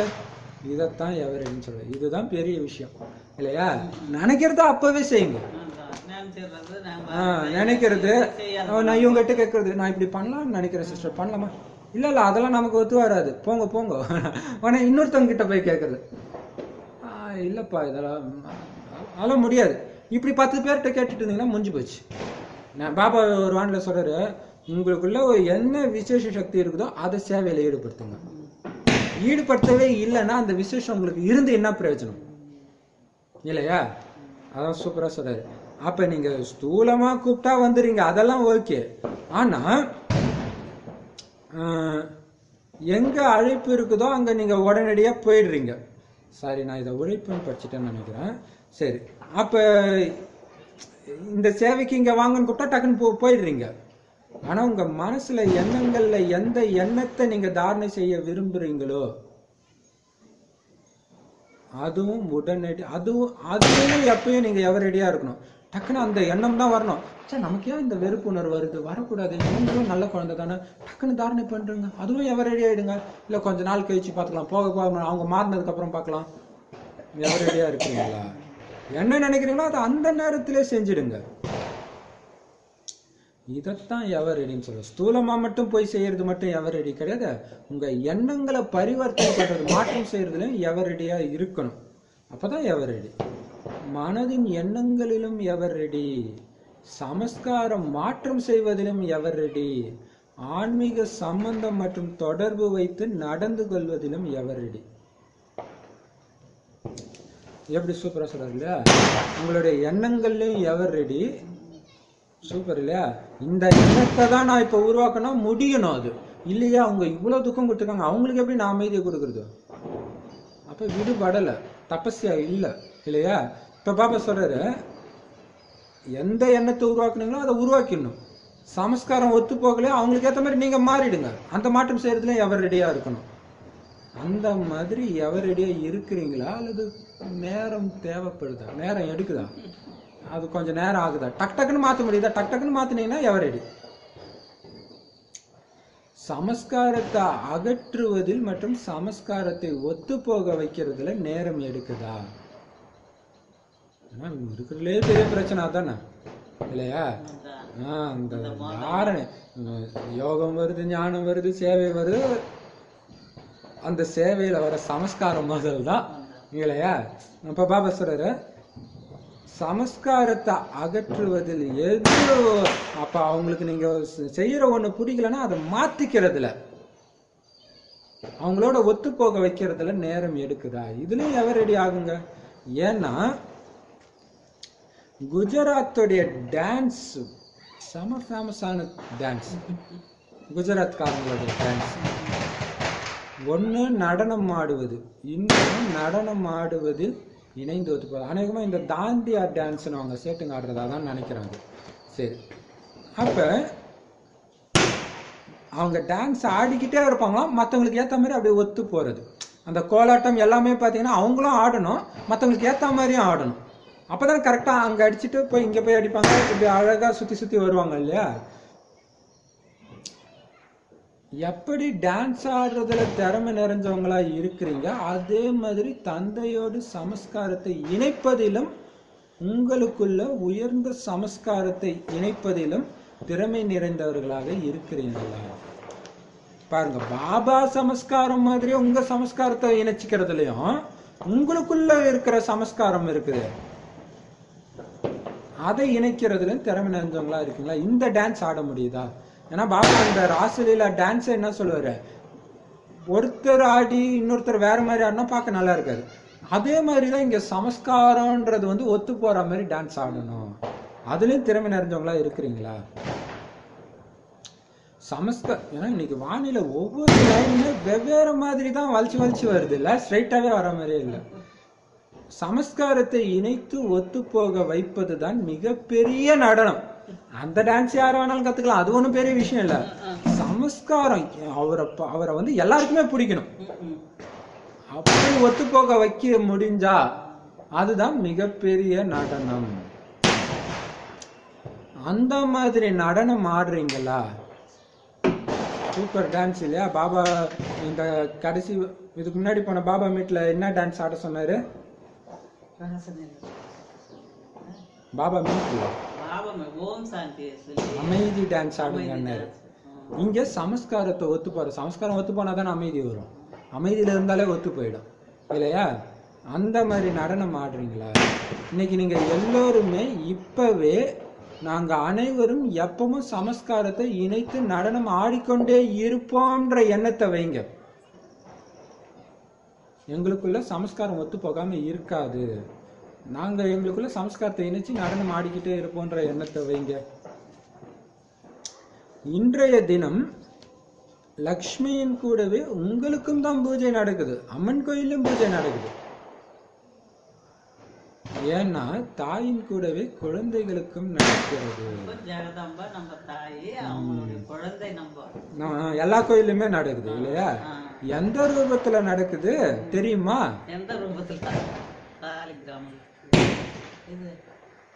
சூப்பரா சொல்றாரு. லக்ஷ்மியுடன் சேர்த்து கணேசரின் பூஜையும் செய்யறாங்க. கணேசர் குழந்தை தானே, அப்படி லக்ஷ்மியின் பூஜை மட்டும் இல்லை, ஆனால் நீங்கள் அனைவரும் கணேசர் அதாவது புத்திவான் ஆவீங்க. இப்ப பிள்ளையார் கோயில இன்னைக்கு கூட்டம் வருமா?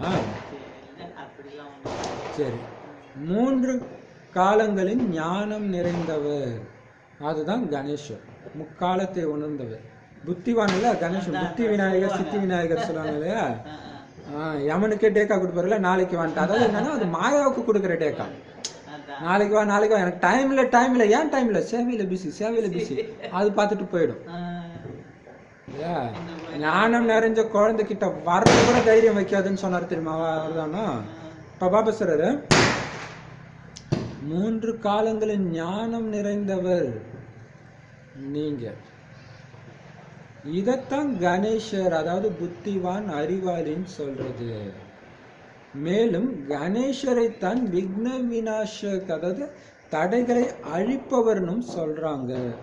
அப்படி யாரு 3 உலகங்கள் மற்றும் மும்மூர்த்திகளின் ஞானம் நிறைஞ்சவராய் இருக்கிறாரோ அவர்தான் தடைகளை அழிப்பவர். எனவே நீங்கள் ஞானம் நிறைந்தவராகவும் இருக்கிறீங்க, மேலும் தடைகளை அழிப்பவராகவும் இருக்கிறீங்க. அதனாலதான் பூஜை நடக்குது. எப்படி சூப்பரா சொன்னார் இல்லையா? அப்ப பார்வதி தேவி ஜெகதம்பா அவங்களுடைய குழந்தைய கணேசரை காட்டி இருக்கிறாங்க. எல்லாம் கணேசர் இல்லையா? உங்களுக்கும் தானே பூஜை நடக்குது. அப்ப கணேசர்னாலே புத்திசாலி, அறிவாளி, அறிவு கொடுன்னு கணேசர் கிட்ட தான் போய் கேட்குறாங்க. செல்வத்தை கொடுன்னு தான் லக்ஷ்மி கிட்ட கேட்குறாங்க. அப்ப என்ன அறிவு? 3 காலங்களின் ஞானம் இல்லையா? இதை செஞ்சா பின்னாடி இது ஆகும், இது எனக்கு இது நடக்குது, காரணம் இதுக்கு முன்னாடி நான் அதை பண்ணியிருக்கிறேன். அப்ப நான் அதுக்கு ஆடு தேவை, யார் மேலேயும் வெறுப்பு தேவை. நான் ஏதோ பண்ணியிருக்கிறேன், அது வந்தது ரிட்டர்ன். அதே மாதிரி நான் எப்பயோ துக்கம் கொடுத்துருக்கேன், அதனால இப்ப எனக்கு துக்கம் கொடுக்குறாங்க, நான் கவலைப்பட தேவை. ஆனா நான் இப்ப என்ன கொடுக்குறேனோ அதை திரும்ப ரிட்டர்ன், அதனால நான் சுகத்தை தான் கொடுப்பேன். எனக்கு வர துக்கம் நான் ஏற்கனவே கொடுத்தது. ஆனா துக்கம் கொடுக்கறவங்களுக்கு நான் இப்ப சுகம் கொடுக்கறது எதுக்குன்னா பின்னாடி எனக்கு சுகம் கொடுக்கணுன்றதுக்காக. 3 கால ஞானம் நிறைந்தது. சூப்பர் பாயிண்ட் இல்ல இது? பாயிண்ட் எல்லாம் நல்லா இருக்குது. ஆனா அது தாரை ஒரு வினாடி அந்த மாதிரி நபர்கள் வரும்போது ஞாபகத்துல இருக்கிறத விட அதுல நிலைச்சி இருக்கிறது பாருங்க, அது மட்டும் இருந்துச்சுன்னா தப்பிச்சிட்டோம். அதுலதான் இருக்குது எல்லாமே இல்லையா? திரும்ப வேற என்னமே வரவிடக்கூடாது, இந்த உலகத்திலே இருக்கக்கூடாது, இந்த ஞானத்தின் போதையில மிதக்கணும், இப்பதான் தப்பிக்க முடியும். மறந்துடுவாங்கன்னு சொல்றாரு இல்லையா? கணேசரை தானே விக்ன விநாசக். அது கூட ஒரு இது அப்படியே ஃபுல் பாபா நினைறது, அவங்களுக்கே எல்லாமே அப்படியே கர்ம கணக்கு முடிஞ்சிட்டே வரும். அவங்க திட்டுறதே உங்களுக்கு அனுபவம் ஆகுற, நீங்க பாபாவோட அப்படி ஜாலியா இருந்து சக்தி கொடுத்துட்டே இருப்பீங்க இல்லையா? இப்ப பாபா சொல்றாரு கணேசரைத்தான் விக்ன விநாச தடைகளை அழிப்பவர்னு சொல்றாங்க. விக்ன விநாயகன், விநாயகனாலே அழிப்பவன், விக்னங்களை தடைகளை அழிப்பவன் அப்படித்தானே சொல்றாங்க. தடைகளை எப்படி அழிக்கிறாரு? இந்த முக்கால ஞானத்தை தெரிந்து செயல்படுறதுனால அழிக்கிறார். யோசிச்சுட்டு இதோடைய கர்மத்தின் விதிப்படி நான் செய்ய போறது எதை கொடுக்கும், இதுக்கு வந்தது கர்மத்தின் விதிப்படி இதனால வந்தது, பாபாவுடைய வழிப்படி நான் பேசுறேன்னா செய்யறேன்னா. அப்புறம் வீண் விஷயம் தனியா இருக்கும்போது வந்துச்சுன்னா கூட இதுல பாபா சக்தி இழக்காதீங்கன்னு சொல்றாரு. ஸோ முற்றுப்புள்ளி வச்சிருக்கிறாங்க. அப்படி யார் இருக்கிறாங்களோ அவங்க தான் தடையை அழிக்கிறவங்க. அவங்க தான் 3 உலகங்களை பற்றியும் மும்மூர்த்திகளுடைய ஞானம் நிறைஞ்சவரா இருக்கிறாங்க. அவங்க தான் தடைகளையும் அழிப்பவர் இல்லையா? 3 உலகங்களுடைய ஞானம் என்ன? அமைதி வேணுமா டக்குன்னு அங்க ஓடி போயிடணும், மனிதர்கள்கிட்ட ஓடக்கூடாது. பறந்துகிட்டே சேவை செய்யணுமா சூக்ஷ்மவாதனத்துக்கு போயிடணும் இல்லையா? இங்க பற்றற்ற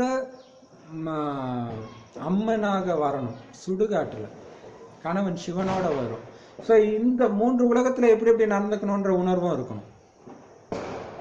மும்மூர்த்திகளை பற்றிய ஞானம் நிறைந்தவர் இல்லையா? இப்ப பிரம்மாவோட சேர்ந்து பிராமணர்களாகிய நாம இந்த ஸ்தாபனை செஞ்சாதான் மகாவிஷ்ணுவாக ஆக முடியும். அப்ப பிரம்மாவோட சேர்ந்து இந்த உலகத்தின் மீது உள்ள பற்றி அழிக்கக்கூடிய சங்கரனாகவும் மாறணும் இல்லையா? அந்த 3 மூர்த்திகளின் ஞானம் நிறைஞ்சவராக யார் இருக்கிறாங்களோ அவங்க தான் தடை அழிப்பவர். ஸோ அந்த 3 எவ்வளவு இருக்குது இல்லையா? எனவே நீங்க ஞானம் நிறைஞ்சவராகவும் இருக்கிறீங்க, தடைகளை அழிப்பவராகவும் இருக்கிறீங்க. அதனால தான் உங்களுக்கு பூஜை நடக்குது. அப்ப என்ன அர்த்தம்? அப்படி இருக்கிறீங்களா? ஞானம் நிறைஞ்சவரா இருக்கிறீங்களா? உங்களுடைய குணத்துல, உங்களுடைய நடத்தையில அந்த ஞானம் நிறைந்த தன்மை வெளிப்படுதா? தடைகளை அழிக்கக்கூடியவர்களா இருக்கிறீங்களா? அப்படிதான் இன்னைக்கு உங்களுடைய பூஜை தினம், இந்த தீபாவளி உங்கள் அனைவரின் தினமும் தானே இது, அல்லது மம்மாவுக்கு மட்டும்தான் இது சிறப்பு நாளா இல்லையா?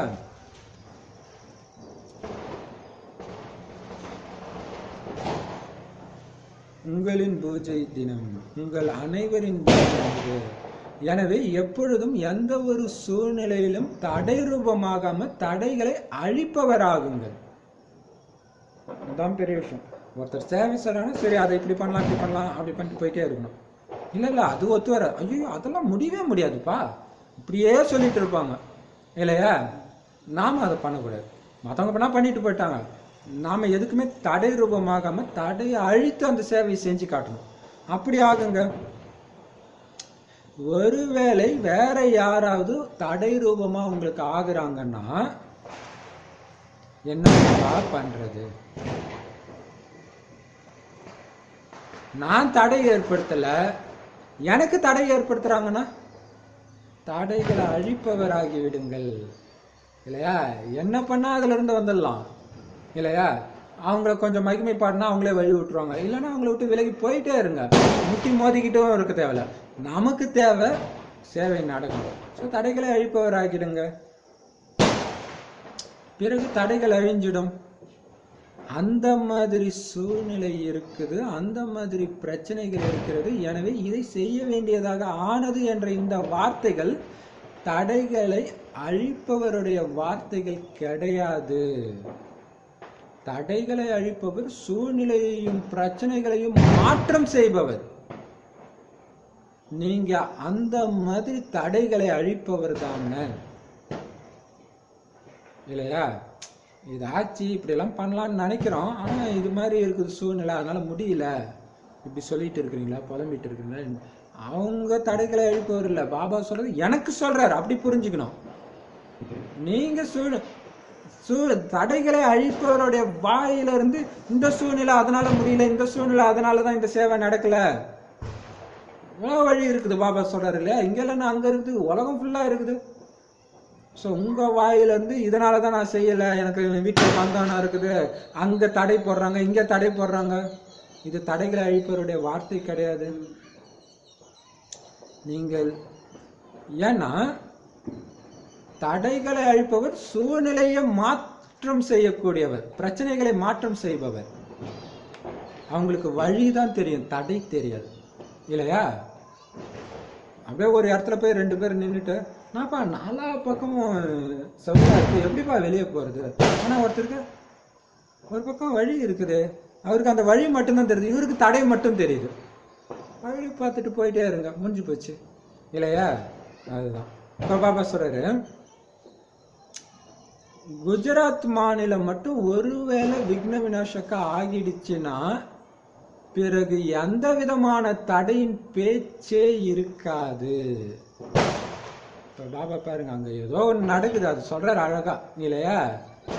இப்ப விக்னங்களை அழிக்கக்கூடியதா ஆயிடுச்சுன்னா எந்த விதமான தடையின் பேச்சும் இருக்காது, பேரு அடையாளம் கூட இருக்காது. எப்ப உங்களுடைய படைப்பு எல்லைக்குட்பட்ட சூரியன், எது உங்களுடைய படைப்பு, சூரியனே உங்களுடைய படைப்புன்றார் பாபா. ஆனா மனிதர்கள் சூரியனை கடவுள் கும்பிடுறாங்க. உங்களுடைய படைப்பு தான் இந்த சூரியன். அதால இருளை அகற்ற முடியும்னா எல்லைக்கு அப்பாற்பட்ட மாஸ்டர் ஞான சூரியன் நீங்க இந்த தடையை அகற்ற முடியாதா? அது ஒரு அஞ்ஞான இருள், அதை அகற்ற முடியாது உங்களால. அதுவே உங்களுடைய படைப்பே எல்லா இருளையும் அகற்றுதுன்னா இல்ல அதுவுமே தம பிரதானமா சுட்டு எரிக்குது இல்ல. இப்ப சோ நம்மளுடைய எண்ணங்கள் மூலமாக தான் அதுவும் மாறுது. மகிமை அவருதுதான், ஆனா நம்மளை வச்சுதான் செய்ய வைக்கிறாரு. இப்ப பாபா சொல்றாரு எப்படி, அப்ப பாருங்க இப்ப எப்படி இருக்கணும் இல்லையா. எப்படி குஜராத், அப்ப பாருங்களா சூரியன் எப்பயாவது ரெஸ்ட் எடுக்குதா? சேச்சா இன்னைக்கு இவ்வளவு வெயில் எதுவுமே இல்ல, பாக்குதா? நான் மாஸ்டர் ஞான சூரியன்ல நிறைய விஷயம் இருக்கு இல்லையா. எல்லாத்தையும் அழிச்சிட்டே இருக்குது, இருளே இருக்காது. அந்த மாதிரி உங்களால இந்த தடையை அகற்ற முடியாது. இது ஒரு பெரிய விஷயமா ஏன் புலம்பிட்டு இருக்கிறீங்க? எப்படி குஜராத் சேவையில நம்பர் 1 இருக்குது, அதே மாதிரி தடைகளை அகற்றுவதிலும் நம்பர் 1 ஆகிடுங்க. ஏன்னா நிறைய பேர் நிறைய இடத்துல பார்த்தீங்கன்னா இதை இப்படி சேவை செய்யலாம் அப்படின்னா, இல்லை இது இந்த இடத்துல பண்ண முடியாது, எங்களுக்கு இந்த பிரச்சனை, இவங்க தடை போடுவாங்க, அவங்க தடை போடுவாங்க, எங்கள் நாடே தடை போடும், எங்க இருந்தாலும் பண்ணணும்னு முடிவு பண்ணிட்டா பண்ண முடியும். அந்தந்த ரூல்ஸ்க்கு ஏற்ற மாதிரி பண்ணுங்க. இப்போ பார்த்தீங்கன்னா ட்ரெயினில் ஒட்டக்கூடாது ஸ்டிக்கர். பாபா யாருமே எந்த ஸ்டிக்கருமே யாருமே ஒட்டுறதில்ல. ஆனால் ஒரு சில ட்ரெயினில் ஒட்டுறாங்க. பாபா இது இல்லை, மற்றவங்க ஒட்டுறாங்க. வேலை வாய்ப்பு அது இதுன்னு பயன்படுத்திட்டு போங்க. ரூல்ஸ் வரும்போது அவங்க பிச்சுட்டு போட்டோம், அதுக்குள்ளே நம்ம மெசேஜ் போகுது இல்லை. அப்போ பயன்படுத்திக்க வேண்டியதுதான். எங்கே வாய்ப்பு இருக்குதோ அங்கே பயன்படுத்திட வேண்டியதுதான் இல்லையா? அப்போ பார்த்தீங்கன்னா சரி, இந்த சென்டரில் இருக்கிறவங்க அந்த ஏரியாவில் இருக்கிறவங்க சேவை பண்ண மாட்டாங்க, இவங்க பண்ண மாட்டாங்க. சரி, நீங்கள் பண்ணுங்க, நீங்கள் பஸ்ஸில் ஏறி ஓட்டுங்க. அவங்க பண்ண மாட்டாங்க, சரி, அவங்களுக்கு அவங்க சென்டர் தான் முக்கியம்னு இருக்கிறாங்க, நீங்கள் பண்ணுங்க. எப்படி இருக்குது இல்லையா? உங்களுக்கு பிரஜை வேணா நீங்கள் தான் பண்ணணும் இல்லையா? இப்போ பாபா சொல்கிறாரு பண்ணுங்கன்னு பாபா சொல்லிட்டார். அதுக்காக தான் பிரம்ம பாபா வாழவே செஞ்சார். அப்புறம் யாருக்கு வெயிட் பண்ணிட்டு இருக்கிறீங்க இல்லையா? இப்போ பாபா சொல்றாரு, அதான் பாபா சார் எண்ணம் வந்துச்சுன்னா உடனடியாக அதை சேவையில் ஈடுபடுத்துங்கன்றார். தடையை யோசிக்க கூட உங்களுக்கு டைம் இருக்கக்கூடாது, டக்குன்னு போய் செஞ்சுட்டு வந்துடுங்க, அவ்வளோதான். இப்போ பாபா சொல்றாரு, அப்போ குஜராத் வந்து சேவையில் நம்பர் 1 இருக்கிற மாதிரி தடையை அகற்றுவதிலும் நம்பர் 1 ஆகிடுங்க. அப்போ உங்களுக்கு பரிசு கொடுப்போம், மிக நல்ல பரிசு கொடுப்போம். தந்தையின் பரிசா என்ன கிடைக்குதோ அதை நீங்க குஜராத்துக்கு கொடுங்க அப்படின்னு சொல்றாரு. தீபாவளி மற்றும் புது வருஷத்துக்கான வாழ்த்துக்கள். எப்பொழுதுமே உங்களுக்கு புது வருடம் தான். தினம் தினம் தீபாவளி தான் நமக்கு இல்லையா? தினம் தினம் மற்றவங்களுடைய ஆத்ம தீபத்தை ஏற்ற வேலையை செஞ்சா நமக்கு எப்பயுமே தீபாவளி தான், தினமும் புது வருஷம்தான். ஆனா ஒவ்வொரு நேரமும் புதியது. எனவே ஒவ்வொரு நேரத்திலும் புதிய ஊக்கம், புதிய உற்சாகம், புதிய சேவைக்கான திட்டம். ஒவ்வொரு நேரமும் புதியது புதியது புதியது. இந்த புதுமைக்கான நிரந்தரமான பாராட்டுக்கள். ஒவ்வொரு வினாடியும் புது புது எண்ணம், ஊக்க உற்சாகம். இன்னும் அவங்க அவங்க சோர்வு அடைகிற மாதிரி பேசுறாங்க, டக்குன்னு கடைசிட்டு மாதிரி இன்னொரு ஊக்கம். இல்லை, நான் ஊக்கம் உற்சாகம் நிறைந்த ஆத்மா, என்ன எதுவும் சோர்வு அடைய வைக்கக்கூடாது. அது தொடர்ந்து உங்களுக்குள்ள அந்த எண்ணங்கள் வந்துகிட்டே இருக்கும். ஏன்னா இது புது யுகம், ஒவ்வொரு வினாடியும் உங்களுக்கு புதுசு. சேமிக்கிற யுகம், சேமிச்சுக்கிட்டே இருங்க இல்லையா? இந்த புதுமை பண்றீங்க பாருங்க, சேவைக்கு புது புது பிளான், புது புது ஊக்க உற்சாகத்துல வரீங்களே, அதுக்கு நிரந்தரமான பாராட்டுக்கள். மக்களுக்காக புது வருஷம், மேலும் உங்களுக்காக இது புது யுகம். அவங்களுக்கு வருஷத்துக்கு ஒரு நாள் புது வருஷம் வருது, ஆனா உங்களுக்கு இந்த யுகம் ஃபுல்லாகவே புதுசு. இந்த யுகமே புது யுகம். புது யுகத்துல ஒவ்வொரு நேரமும் உற்சாகம் இருக்கிற காரணத்தினால உற்சவம் இருக்குது. ஒவ்வொரு நேரமும் உங்களுக்கு தீபாவளி, ஒவ்வொரு நேரமும் உற்சவம் இல்லையா? ஒவ்வொரு வினாடியும் உற்சாகத்துல இருந்து சேவை செய்தவர் பிரம்மபாபான்றதுனால தான் ஒவ்வொரு வினாடி திருப்பதியில எப்படி இருக்கு? ஊக்க உற்சாகம், சேவை சேவை சேவை. அதை தவிர மற்ற எண்ணங்களே வராது. எவ்வளவு பெரிய விஷயம் இல்லையா? அப்ப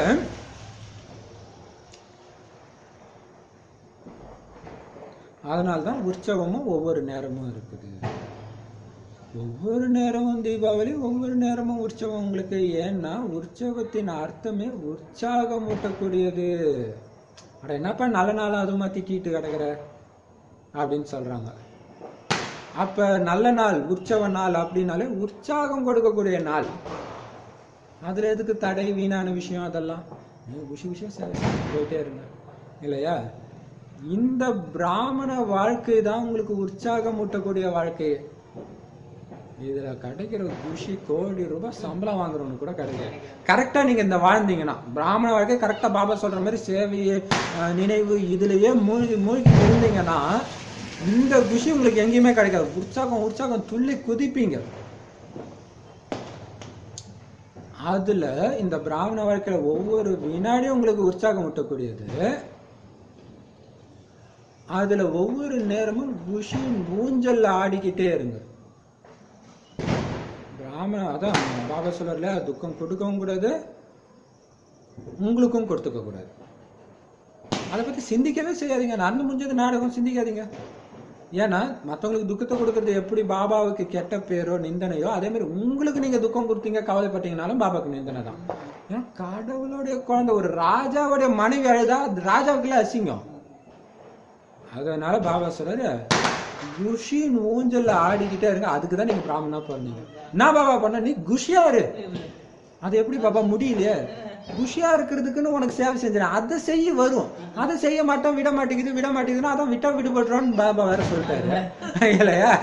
இப்ப பாபா சொல்றாரு, நாமளே தான் புடிச்சுக்கிறோம், உண்மையில தான் விடுபட்டுறோம், முடிஞ்சு போச்சு. அந்த மாதிரி புதிய நாள், புதிய வருடம், புதிய வினாடி, புதிய எண்ணம் அப்படின்னு எதை சொன்னாலும் ஒவ்வொரு புதிய ரூபத்துக்கும் வாழ்த்துக்கள். நினைக்கிறதெல்லாம் சேவைக்காக புது புது எண்ணம், கிடைக்கிறதெல்லாம் புது புது வருடம். இன்னொன்னு ஊக்க உற்சாகம் நடந்த உற்சவ நாள், உற்சவ மூர்த்தி நாம இல்லையா? உற்சவ மூர்த்தினா யாரு? உற்சவமூர்த்தினா உள்ள கோயில்ல இருக்கு மூலஸ்தானத்துல உற்சவமூர்த்தின்னு தனியா ஒண்ணு வச்சிருப்பாங்க. அவர் என்ன பண்ணாரு? எடுத்துதான் அவரு இது பண்ணி உற்சவத்துக்கு வெளியில சுத்திட்டு வர்றாரு. அந்த மாதிரி குஷி குஷியா சுத்துங்க, அது நல்ல நாள் அவருக்கு, சுத்திட்டு வர்றாரு ஜாலியா. அது மாதிரி புத்தியினால சுத்தி சுத்தி சேவை பண்ணிக்கிட்டே இருங்க. சொல்லுமா? யாராவது போக முடியாத கோயிலுக்கு உட்காந்து நடக்கிறாங்க வீட்டுல, அவங்களுக்கு எல்லாம் அவர் தரிசனம் தேடி வந்து கொடுத்துட்டு இருக்காரு. இந்த பரிஸ்தா வாழ்க்கையை தான் அது குறிக்குது இல்லையா? சக்தி கொடுத்துட்டு இருங்க. யாருக்கு வராதவங்களுக்கு எல்லாம் ஞானம் கொடுக்குற மாதிரி, ஞானம் கொடுக்கறது, போய் போய் கொடுக்கறது. சூப்பர் இல்ல? சூப்பர். இப்ப பாபா சொல்றாரு, அப்ப பாபாவும் கூட ஒவ்வொரு புது ரூபத்துக்கும் வாழ்த்து கொடுக்கிறார். என்னென்ன ரூபம் எடுத்து சேவை செய்றீங்க, ஒரு வினாடிக்கும் வாழ்த்துக்கள். தீபாவளியும் கொண்டாடுனீங்க, புது வருஷத்தையும் கொண்டாடுனீங்க, ரெண்டுக்குமான சங்கமம் ஆகிடுச்சு. இப்ப குஜராத்தை சார்ந்தவங்க அதிர்ஷ்டம் நிறைஞ்சவங்க. ஏன்னா சங்கம யுகத்திலும் சங்கமத்தை கொண்டாடினாங்க.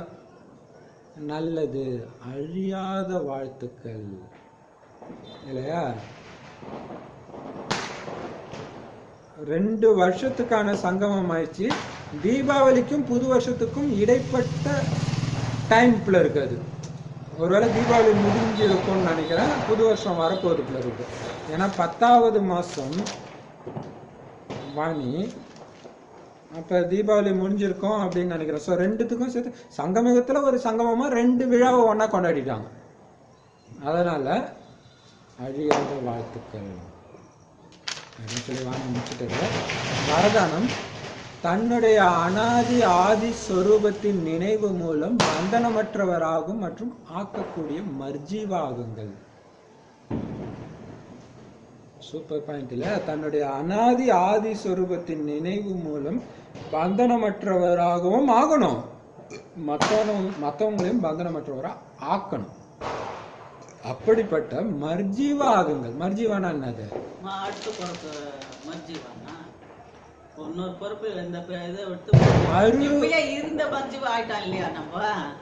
மறுபிறவி கிடையாது. மர்ஜீவானா என்னது? மறுனா சாகிறது, ஜீவானா உயிரோட இருக்கிறது, இறந்துகிட்டே வாழற வாழ்க்கை. இறந்துட்டோம், ஒரு பிணமாக வெறும் ஆத்மாவா சுத்திட்டு இருக்குது. அப்படி இருந்தாதான் பந்தனம் இருக்கு. நான் ஆத்மா எல்லாத்துல இருந்து வந்துட்டேன், எனக்கு இன்னும் கர்ப்பம் கிடைக்கல, 20 வருஷம் கழிச்சுதான் எனக்கு கர்ப்பம் கிடைக்கும், சும்மா இருக்கிறேன், எனக்கு இப்ப உடம்பு கிடையாது. அப்ப உங்களுக்கு ஏதாவது பந்தனம் இருக்குமா? உடம்பு கொடுத்தவங்க இருந்தாதான் உடம்பு கொடுத்தவங்க. எனக்கு இவங்க நிறைய உறவு போயிட்டே இருக்கும், எனக்கு உடம்பே கிடையாதுப்பா, அதுல இருந்து வெளியே வந்துட்டேன், இப்ப எனக்கு பந்தனம் கிடையாது. மற்றவங்களையும் நான் பந்தனத்துல சிக்கவும் வைக்க மாட்டேன் இல்லையா? நானும் மாட்டிக்க மாட்டேன், மற்றவங்களையும் சிக்க வைக்க மாட்டேன். அது எப்போ முடியும்? மர்ஜீவா வாழ்க்கை வாழ்ந்தான். சரி, இது ஒரு விளக்கம். இது இல்லாம பாபா கொடுத்திருக்காரு விளக்கம். எப்படி தந்தை கடனாகத்தான் இந்த பிரம்ம பாபா உடலை எடுக்கிறாரே தவிர இது என்னுடைய உடம்புன்ற பந்தனத்துல பற்றுல வர்றது கிடையாது சிவபாபா. அந்த மாதிரி பிராமண ஜென்மம்னாலே மர்ஜீவா ஜென்மம் தான். செத்துட்டீங்க, வெள்ளை ட்ரெஸ் போட்டாச்சு மேல. மர்ஜீவா ஜென்மம் எடுத்த குழந்தைங்க நீங்க உடலின் சமஸ்காரத்தின் சுபாவத்தின் பந்தனங்கள் இருந்து விடுபட்டவராகுங்க. பிரம்ம பாபா பண்ற எந்த விஷயத்துக்கும் சிவபாபாவுக்கும் சம்மந்தம் கிடையாது. அப்படி நினைச்சாதான் அவர் டக்குன்னு வெளில போக முடியும் இல்லையா? அந்த மாதிரி நீங்களும் இந்த உடலின் பந்தனத்துல இருந்தும் விடுபடுங்க. இந்த உடல் எப்படி இருக்கு அப்படி இருக்கு அதை பத்திலாம் கவலை கிடையாது. சமஸ்காரத்தின் ஐயோ அவங்க எனக்கு பிடிக்காது, அவங்க ரொம்ப வருஷமா எப்படி இருக்கிறாங்க, அதுவும் வராதீங்க. நீங்க செத்துட்டீங்க. அவங்க நடிப்பு நடிக்கிறாங்க, நீங்க உங்க நடிப்பு நடிங்க. உங்களுக்கு என்ன நடிப்பு நடிக்கணும்னு தெரியாது, அதனால பாபா சொல்றாரு அதை அப்படியே நடிங்க. சுபாவத்தின் பந்தனங்கள் எல்லாத்துல இருந்தும் விடுபடுங்க. நான் தேவதையா இருக்கிறேன், தேவதை குணத்தை மட்டும்தான் வெளிப்படுத்துறேன். அது என்ன சூழ்நிலை வந்தாலும் சரி, அவங்க குணத்தை வெளிப்படுத்துறாங்க, நான் தேவதை குணத்தை தான் வெளிப்படுத்துவேன். அப்பதான் அந்த பந்தனத்திலிருந்து விடுபடுறீங்கன்னு அர்த்தம். அதுதான் ஆதி சமஸ்காரம் இல்லையா? எப்ப விரும்புறீங்களோ எப்படி விரும்புறீங்களோ அந்த மாதிரி தன்னுடைய சமஸ்காரத்தை உருவாக்கிக்கோங்க. இப்ப போறதுக்கு முன்னாடியே இப்போ ஒரு இடத்துக்கு போறீங்க, அங்க உங்களுக்கு துக்கத்தை கொடுக்கக்கூடிய ஆத்மா இருக்குதுன்னா அதை சமாளிக்கிறதுக்கு எந்த ஞான பாயிண்ட் இருக்குதோ அதை அப்படியே தாரணை செஞ்சு அந்த சமஸ்காரத்தை உங்களால அப்ப எடுத்துட்டு வர முடியும். அது என்ன துக்கம் கொடுத்தாலும் சிரிச்ச முகத்தோட இருக்கணும்னு நீங்க முடிவு பண்ணிட்டீங்கன்னா அப்படியே இருங்க. உள்ளார்ந்து ஒரு சின்ன அவங்க என் எதிரின்ற உள்ளுணர்வு கூட வந்துடக்கூடாது. அப்ப அதுக்கு ஒரு பாயிண்ட் கூட சொல்லியிருந்தாரு பாபா. ஏன்னா இவங்க தான் நாளைக்கு வந்து உங்களுக்கு மலர் மாலை தூவ போறாங்க. உங்களை திட்டுறவங்க தான் பக்தர்கள். இன்னைக்கே சொல்லியிருக்காரு இல்லையா, விரோதமா இருக்கிறவங்க தான் கடைசி நேர பக்தர்கள்ட்டு. அவங்க விரோதி கிடையாது, அவங்க நல்லவங்க. அந்த சமஸ்காரத்தை வெளிப்படுத்திட்டே இருங்க. அவங்க திட்டிக்கிட்டே இருக்கணும். நீங்க உண்மையில உள்ளார்ந்த அன்புல வெளிப்படுத்த முடியணும் இல்லையா? எப்ப விரும்புறீங்களோ அந்த சமஸ்காரத்தோட அங்க போனோன்னே டென்ஷன் பண்ணிட்டாங்கப்பா, நான் நல்லா இருந்தேன்ப்பா, அப்ப இன்னும் அந்த சக்தி வரல. சமஸ்காரத்தை பரிவர்த்தனை பண்ணல. அவங்க சமஸ்காரத்தை வெளிப்படுத்தணும். அவங்கள மாத்திரம் தான் நம்ம வேலை. இப்ப நாம மாறணும், உருவாக்கிக்கணும். எப்படி தந்தை பந்தனமற்றவரா இருக்கிறாரு, அவரு அதை பத்தி அவரு பாருங்க எல்லாம் இனிமையான குழந்தையான்றாரு. பாபா குழந்தை இப்ப பாபா மீட்டுக்கு போறாங்கன்னா அந்த சென்டருக்குள்ளே சமஸ்காரம் முதல்ல இருக்கலாம். அவங்க பக்கத்துல கூட உட்காந்துருக்கலாம். பக்கத்துல இருக்கிறவனுக்கே 2 பேருக்கு பிடிக்காது. ஆனா பாபா இவனையும் இனிமையான குழந்தை தான் சொல்றாரு, அவரும் இனிமையான குழந்தை தான் சொல்றாரு. அவருக்கு எந்த பந்தனமும் கிடையாது இல்லையா? அந்த எப்படி பாபா பந்தனமற்றவரா இருக்கிறாரோ அந்த மாதிரி பந்தனமற்றவரா ஆகுங்க. உடலாலையும் சமஸ்காரத்தினாலையும் சுபாவத்தினாலையும். மூலவதனத்தின் நிலையில நிலைச்சிருந்து, மூலவதனத்துல அப்படியே பாபா கிட்ட மயங்கி ஆழ்ந்த அமைதியில இருக்கிறீங்களே, அந்த நிலையில நிலைச்சிருந்துதான் நீங்க இங்க வந்து காரியத்தை செய்யணும். இங்க செய்யும் போது அங்கேயே இருக்கணும். நான் எவ்வளவு அமைதியா இருக்கிறேன் பாபா, எவ்வளவு சூப்பரா இருக்கிறீங்க பாபா, எப்படி இருக்கிறீங்க பாபா, அப்படி இருந்து காரியத்தை செய்யுங்க. பவர்ஃபுல்லான வாணி வரதானா அதோட பயங்கர பவர்ஃபுல்லா இருக்குது இல்லையா? தன்னுடைய அனாதி ஆதி ஸ்வரூபத்தின் நினைவுலேயே இருங்க. எப்பயுமே உங்க பேரு சரவணன் ஞாபகமே வரக்கூடாது. நான் நாராயணன், ஸ்ரீ நாராயணனா, அங்க ஆத்மா, தூய்மையான ஆத்மா அங்க இருக்கிறேன். இந்த 2 நினைவுல மட்டும் இருங்க.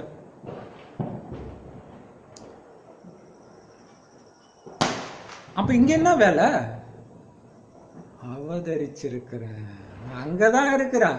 இப்ப சிவபாபாவுக்கு தெரியும் நான் பரந்தாமத்துல இருக்கேன், என்னுடைய குணம் இது. நான் இங்க வந்து அந்த குணத்தை வெளிப்படுத்துறேன், இங்க இருக்கிற குணத்தை வெளிப்படுத்தல. அதே மாதிரி நீங்களும் நானும் இங்க அவதரிச்சிருக்கிற ஆத்மான்னு உணர்ந்து காரியம் செஞ்சீங்கன்னா மற்றவங்களும் உங்களை பின்பற்றி செய்வாங்க. பாயிண்ட் இல்லையா? ஐயோ பாபா, நான் இந்த பூமிக்கே எனக்கு சம்மந்தம் இல்லை, நான் அவதரிச்சிருக்கிற ஆத்மா. அந்த பரந்தாமத்துல இருக்கிற குணாதிசயத்தையும் சத்தியுகத்துல இருக்கிற குணாதிசயத்தை மட்டும்தான் நான் வெளிப்படுத்தேன். இங்க இல்ல. அந்த நாராயணன் நீங்க சும்மா சுத்தி பார்க்க நான் வந்திருக்கிறேன்ப்பா, வேற உடம்புல, அவ்வளவுதான். அப்படி இருங்க. அப்படி இருந்து காரியம் செஞ்சீங்கன்னா யாருடைய குணம் வெளிப்படும்? சரவண குணமா வெளிப்படும். ஸ்ரீ நாராயணனுடைய குணமும் சிவபாபாவுடைய குணமும் வெளிப்படும். அப்ப உங்களை ஃபாலோ பண்ணி மத்தவங்க செய்வாங்க. கலியுகமே மோசம், நானும் அதே மாதிரி தான் நடந்துக்கணும். சிவபாபா வந்தாருன்னா நாம மாறுவோமா? அவருடைய குணத்துல இருக்கிறனால தான் நாம அவரை மாதிரி மாறிடுறோம், அவருக்காக பலியாகிறோம். அதையே நீங்களும் பண்ணுங்க, உங்களுக்கும் பலியாவாங்கன்றாரு. சூப்பர் விதி இது. விதி தானே, கரெக்டான விதி தானே. அதனால தான் நம்ம பாபாவுக்கு பலியாகிறோம். அவரு நம்ம மிரட்டியா நம்மள வர வச்சாரு இல்லையா? பைபிள் குரான்லாம் பார்த்தா நான் சொன்னதை கேட்கலாம் உனக்கு சாபம் கொடுத்துரும் அப்படி அப்படியா சொல்றாரு? எதுவும் கிடையாது. சரி, சூப்பர் பாயிண்ட். ஸ்லோகன்: நினைவின் உள்ளுணர்வு மூலம் வாயு மண்டலத்தை சக்திசாலி ஆக்குறது தான் மனசேவை. மனசா சேவைனா என்ன அர்த்தம் தெரியுமா? இங்க ஒருத்தர் கூட சண்டை போட்டுட்டு அவனை பார்த்தாலே எரிச்சலா இருக்குதுன்னு நினைச்சுக்கிட்டு யோகத்துல உட்காந்துட்டு இருக்கும்போது, சென்ட்ரல்ல யோகத்துல இன்டர்நேஷனல் யோகால உட்காந்துக்கிட்டு உங்களுக்கு பிடிக்காதவன் எதிர உட்காந்துனாலும் என்ன பண்ணுறவங்க இப்படி இருக்கிறான். இந்த மாதிரி எண்ணத்தை வச்சுக்கிட்டு நான் உலகத்துக்கு சக்தி கொடுக்குறேன்னா அதுக்கு பேர் மனசேவை கிடையாது. அந்த உள்ளுணர்வு அப்படியே அன்பு நிறைஞ்ச உள்ளுணர்வு. இங்கே பக்கத்தில் இருக்கிறவங்களே உங்களுக்கு பிடிச்சாதான் உலகத்தில் எல்லாரும் உங்களுக்கு பிடிக்கும். பக்கத்தில் இருக்கிறவங்களே பிடிக்கலாம், நீங்கள் எப்படி உள்ளுணர்வை கொடுக்க முடியும்? அப்புறம் எங்க வாயுமண்டலம் சக்திசாலியாகுது? எப்போ இந்த உள்ளுணர்வு தான். மனசா சேவைன்றது உள்ளுணர்வு தான். அப்புறம் ஒருத்தங்களை பார்த்தா அப்படி ஒரு பிடிக்குது பாருங்க, இல்லையா? அந்த குழந்தைய பார்த்தா யாருக்கு பிடிக்காது? அப்படியே நம்மளோட மனசு அப்படியே லேசாக்கிறது இல்லை? குழந்தை, பூச்செடி, மீன் அதெல்லாம் பார்த்தீங்கன்னா ஆகுது இல்லை? அந்த உள்ளுணர்வு அந்த மாதிரி நினைவின் உள்ளுணர்வு மூலம், அப்ப பாபாவுடைய நினைவுல இருந்து அந்த அன்பு அப்படியே நீங்க உள்வாங்கி உள்ளுணர்வு மூலமா வெளிப்படுத்தி இந்த வாயுமண்டலம் அதே மாதிரி மாத்துறீங்க பாருங்க, சக்திசாலியா. அதுக்கு பேர் தான் மனசா சேவை. சூப்பர். ஓம் சாந்தி. பாபா சமானிகா. ஓம் சாந்தி. பாபா என்னென்ன சொன்னாரு? பாபா ஃபர்ஸ்ட் எடுத்தது என்ன சொன்னாரு? சோளத்துல ஏத்துறாங்க தீபாவளி தீபம். நீங்க என்ன பண்ணணும்? ஆத்ம தீபம் உங்களை சுத்தி பார்க்க. பாபா இன்னைக்கு எத்தனைதான் ஸ்தூல தீபம் ஏத்தினாலும் இத்தனை தீபத்தை பார்க்க முடியுமா? எங்கேயாச்சும் இந்த மாதிரி தீபாவளி இருக்குதா? தீப மாலையை பார்க்கறதுக்கு தான். சூப்பர். தேவராஜன் தேவராணிகளுக்கு வாழ்த்துக்கள் சொல்லி ரொம்ப சூப்பரா இது பண்ணார். எல்லாத்துக்கு தேவராஜன் தேவராணிகளுக்கு சொல்லி வாழ்த்துக்கள் சொல்லி. அப்புறம் எல்லாருக்கும் என்ன வார்த்தை கொடுக்குறாரு? எப்பொழுதும் அமரர் ஆகுறாரு இல்லையா? சூக்ஷ்ம உடல்ல நிறைய பேர் வர்றாங்க அப்படின்னு சொல்லியிருக்காரு. எவ்வளவு பெரிய ஆள் காட்டினாலும் இதுவும் பத்தாது, இதுவும் பத்தாது, சொல்லிட்டு கடைசி நேரத்தை பத்தி சொன்னாரு. அந்த சேவை எதுவுமே பயன்படாதப்போ வெட்ட வழியா இருக்கிற இடத்துலதான் அப்ப நடக்கும். அத சொன்னாரு. இந்த ஒத்திகை, எதிர்காலத்தின் ஒத்திகையை இங்கேயே கடைசியில காட்டும். அவங்களுக்கு எல்லாம் புகலிடமா இருக்கும் அப்படின்னு சொல்லி. அப்ப என்ன? அப்ப நீங்க ஒன்னே ஒன்னு ஆகணும். அதுதான் அண்டர்லைன் பண்ண வேண்டிய லைன். இன்னைக்கு வானிலை அந்த ஒரு லைன் பயங்கரமான லைன். என்னன்னா, இயற்கை வென்றவரா மட்டும் நீங்க ஆகணும். இயற்கையின் எந்த தாக்கமும் உங்க மேல வரக்கூடாது. ஐயோ மழை பயங்கரமா இருக்கு, அது உங்களுக்கு எந்த கவலையும், நீங்க போகும்போது அது மாறிடும். அதுக்கு போகும்போது மாறிடும். அப்படி அது நல்லாவே தெரியும். ஒரு சேவை கிளம்பும், திடீர்னு பார்த்தா மழை பெய்யும். ஆனா நீங்க கிளம்புறதுக்கே ஒரு அரை மணி நேரம் 1 மணி நேரம் ஆகும். அது முடியறதுக்குள்ள அது முடிஞ்சிடும், உங்களுக்கு தெரியும். போயிட்டே இருக்க வேண்டியதான். சூரியனை பத்தி சொன்னாரு. என்ன சொன்னாரு? உங்க காலு இருக்கிற இடத்துல எந்த விதமான நஷ்டமும் ஏற்பட முடியாது. அவங்க கதறுவாங்க, நீங்க ஸ்திரமா இருப்பீங்க. செம பாயிண்ட் அது. அவங்களுக்கு ஈட்டி மாதிரி இருக்கும், உங்களுக்கு எப்படி இருக்கும்? எதிரிலேயே நடக்கும். ஆனா நீங்க பாருங்க, அவங்களுக்கு ஈட்டியால குத்துற மாதிரி வேதனை இருக்கும், உங்களுக்கு ஊசி மாதிரி அனுபவம். சூப்பர் பாயிண்ட் இல்லையா? அப்ப நீங்க அந்த கடைசி நேரத்துல என்ன பண்ணுவீங்க? எல்லாருடைய வாயில இருந்தும் புண்ணியம் செஞ்ச ஆத்மா அடைஞ்சிட்டீங்க, இந்த சக்தி எனக்கு தெரியாம போச்சே, நீங்க சொன்னீங்களே, இப்ப நாங்க உங்க கூட வந்து இருக்கிறோமே அப்படின்னு கதறுவாங்க. அவங்கள பக்தன் ஆகுங்க அப்படின்னு சொல்லுவாங்க. சோ அந்த சக்தி யாருக்கு வருமா? புகலிடம் பெறுபவர்களும் வசிக்கிறமா இருப்பாங்க. இப்பொழுதுல இருந்து கடைசி வரைக்கும் யாரு சகயோக உணர்வுல இருக்கிறாங்களோ, விரோத உணர்வுல இல்லையோ, அதுதான் முக்கியம்.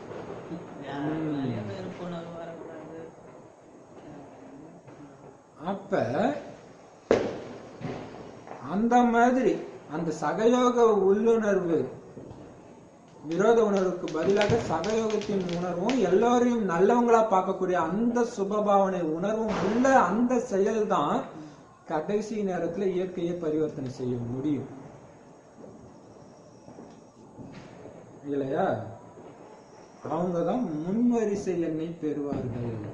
இது ஆக்சுவலா பாருங்க, இது 2வது படிப்பு. இது யார சொல்றாருன்னா, அந்த ஹெல்ப் பண்றவங்க கடைசியில புகலிடம் தேடி வராங்கல்ல, அவங்களையுமே சொல்றாரு. இது புகலிடம் பெறுபவர்களே அவங்க முன் வரிசையை பெறுவாங்கன்ற அவங்களுக்குமே அதாவது புகலிடம் கொடுக்கறது. பல தடவை படிச்சா பல விதமான அர்த்தம் வரும். அப்படி இருக்கு சொல்ற இப்போ இதுல இந்த பாவனை வைக்கிறதுல எத்தனை சதவீதம் இருக்குதோ அதே அளவு தான் புகலிடத்தின் அஞ்சலியையும் பெற முடியும் அவங்களால. உற்சாகமா இருந்து இன்னைக்கு என்ன செய்யறீங்க அதான் உற்சவமாக நடக்குது அப்படின்னா உற்சவத்தை எடுத்தா அதான் உற்சாகமா இருந்துக்கணும். சொல்லுங்க சொல்லுங்க. வேற என்ன சொன்னாரு? சூரியனை பத்தி சொன்னாரு. இல்ல இதுல இன்னொரு விஷயம் சொல்றாருங்க சூப்பரா. என்னன்னா இப்ப பாபா குழந்தைங்க இல்லாதவங்க கூட நமக்கு ஹெல்ப் பண்றாங்க சேவையில. அவங்கள சொல்றாரு அவரு. அவங்க வந்து ஏத்துக்க மாட்டாங்க, ஆனா நீங்க செய்யறதெல்லாம் செய்வாங்க. அவங்கதான் முதல் எண்ணில் வருவாங்கன்றது. அந்த பாதுகாப்பு அவங்களுக்கு தான் கிடைக்கும்ன்றது முதல் எண்ணில். விரோதம் கிடையாது, எல்லாம் பண்ணுவாங்க. ஆனா எனக்கு இதில் நம்பிக்கை இல்லப்பா அப்படி பண்றாங்க. விரோத எண்ணம் இல்லாம ஹெல்ப் பண்றவங்க. இப்ப பாத்தீங்கன்னா டிடிபில பாத்தீங்கன்னா ஒரு பிரதர் தானா அடிச்சு கொடுக்குறாரு, அவரு பாபாக்கு வந்து விட்டுருங்க. இன்னொரு பிரதர் இங்க ஒரு இடத்துல போகும்போது பார்த்தா அவர் சொல்றாரு, தயவு செய்து இனிமேட்டு இங்க வராதீங்க, பிரம்மகுமாரினால எனக்கு எரிச்சலா இருக்குதுன்ற. அப்ப அது ஒரு விரோத எண்ணம் தானே. அந்த விரோதத்துல எண்ணத்துல இருக்கிறவங்க வந்து கடைசி நேர பக்தர்கள் அவங்க மேல கூட நீங்க வெறுப்பு இல்லாம சுபபாவனை வைப்பீங்களாம். இது எவ்வளவு சூப்பரான விஷயம் இல்லையா? சரி, அப்புறம் என்ன சொன்னாரு?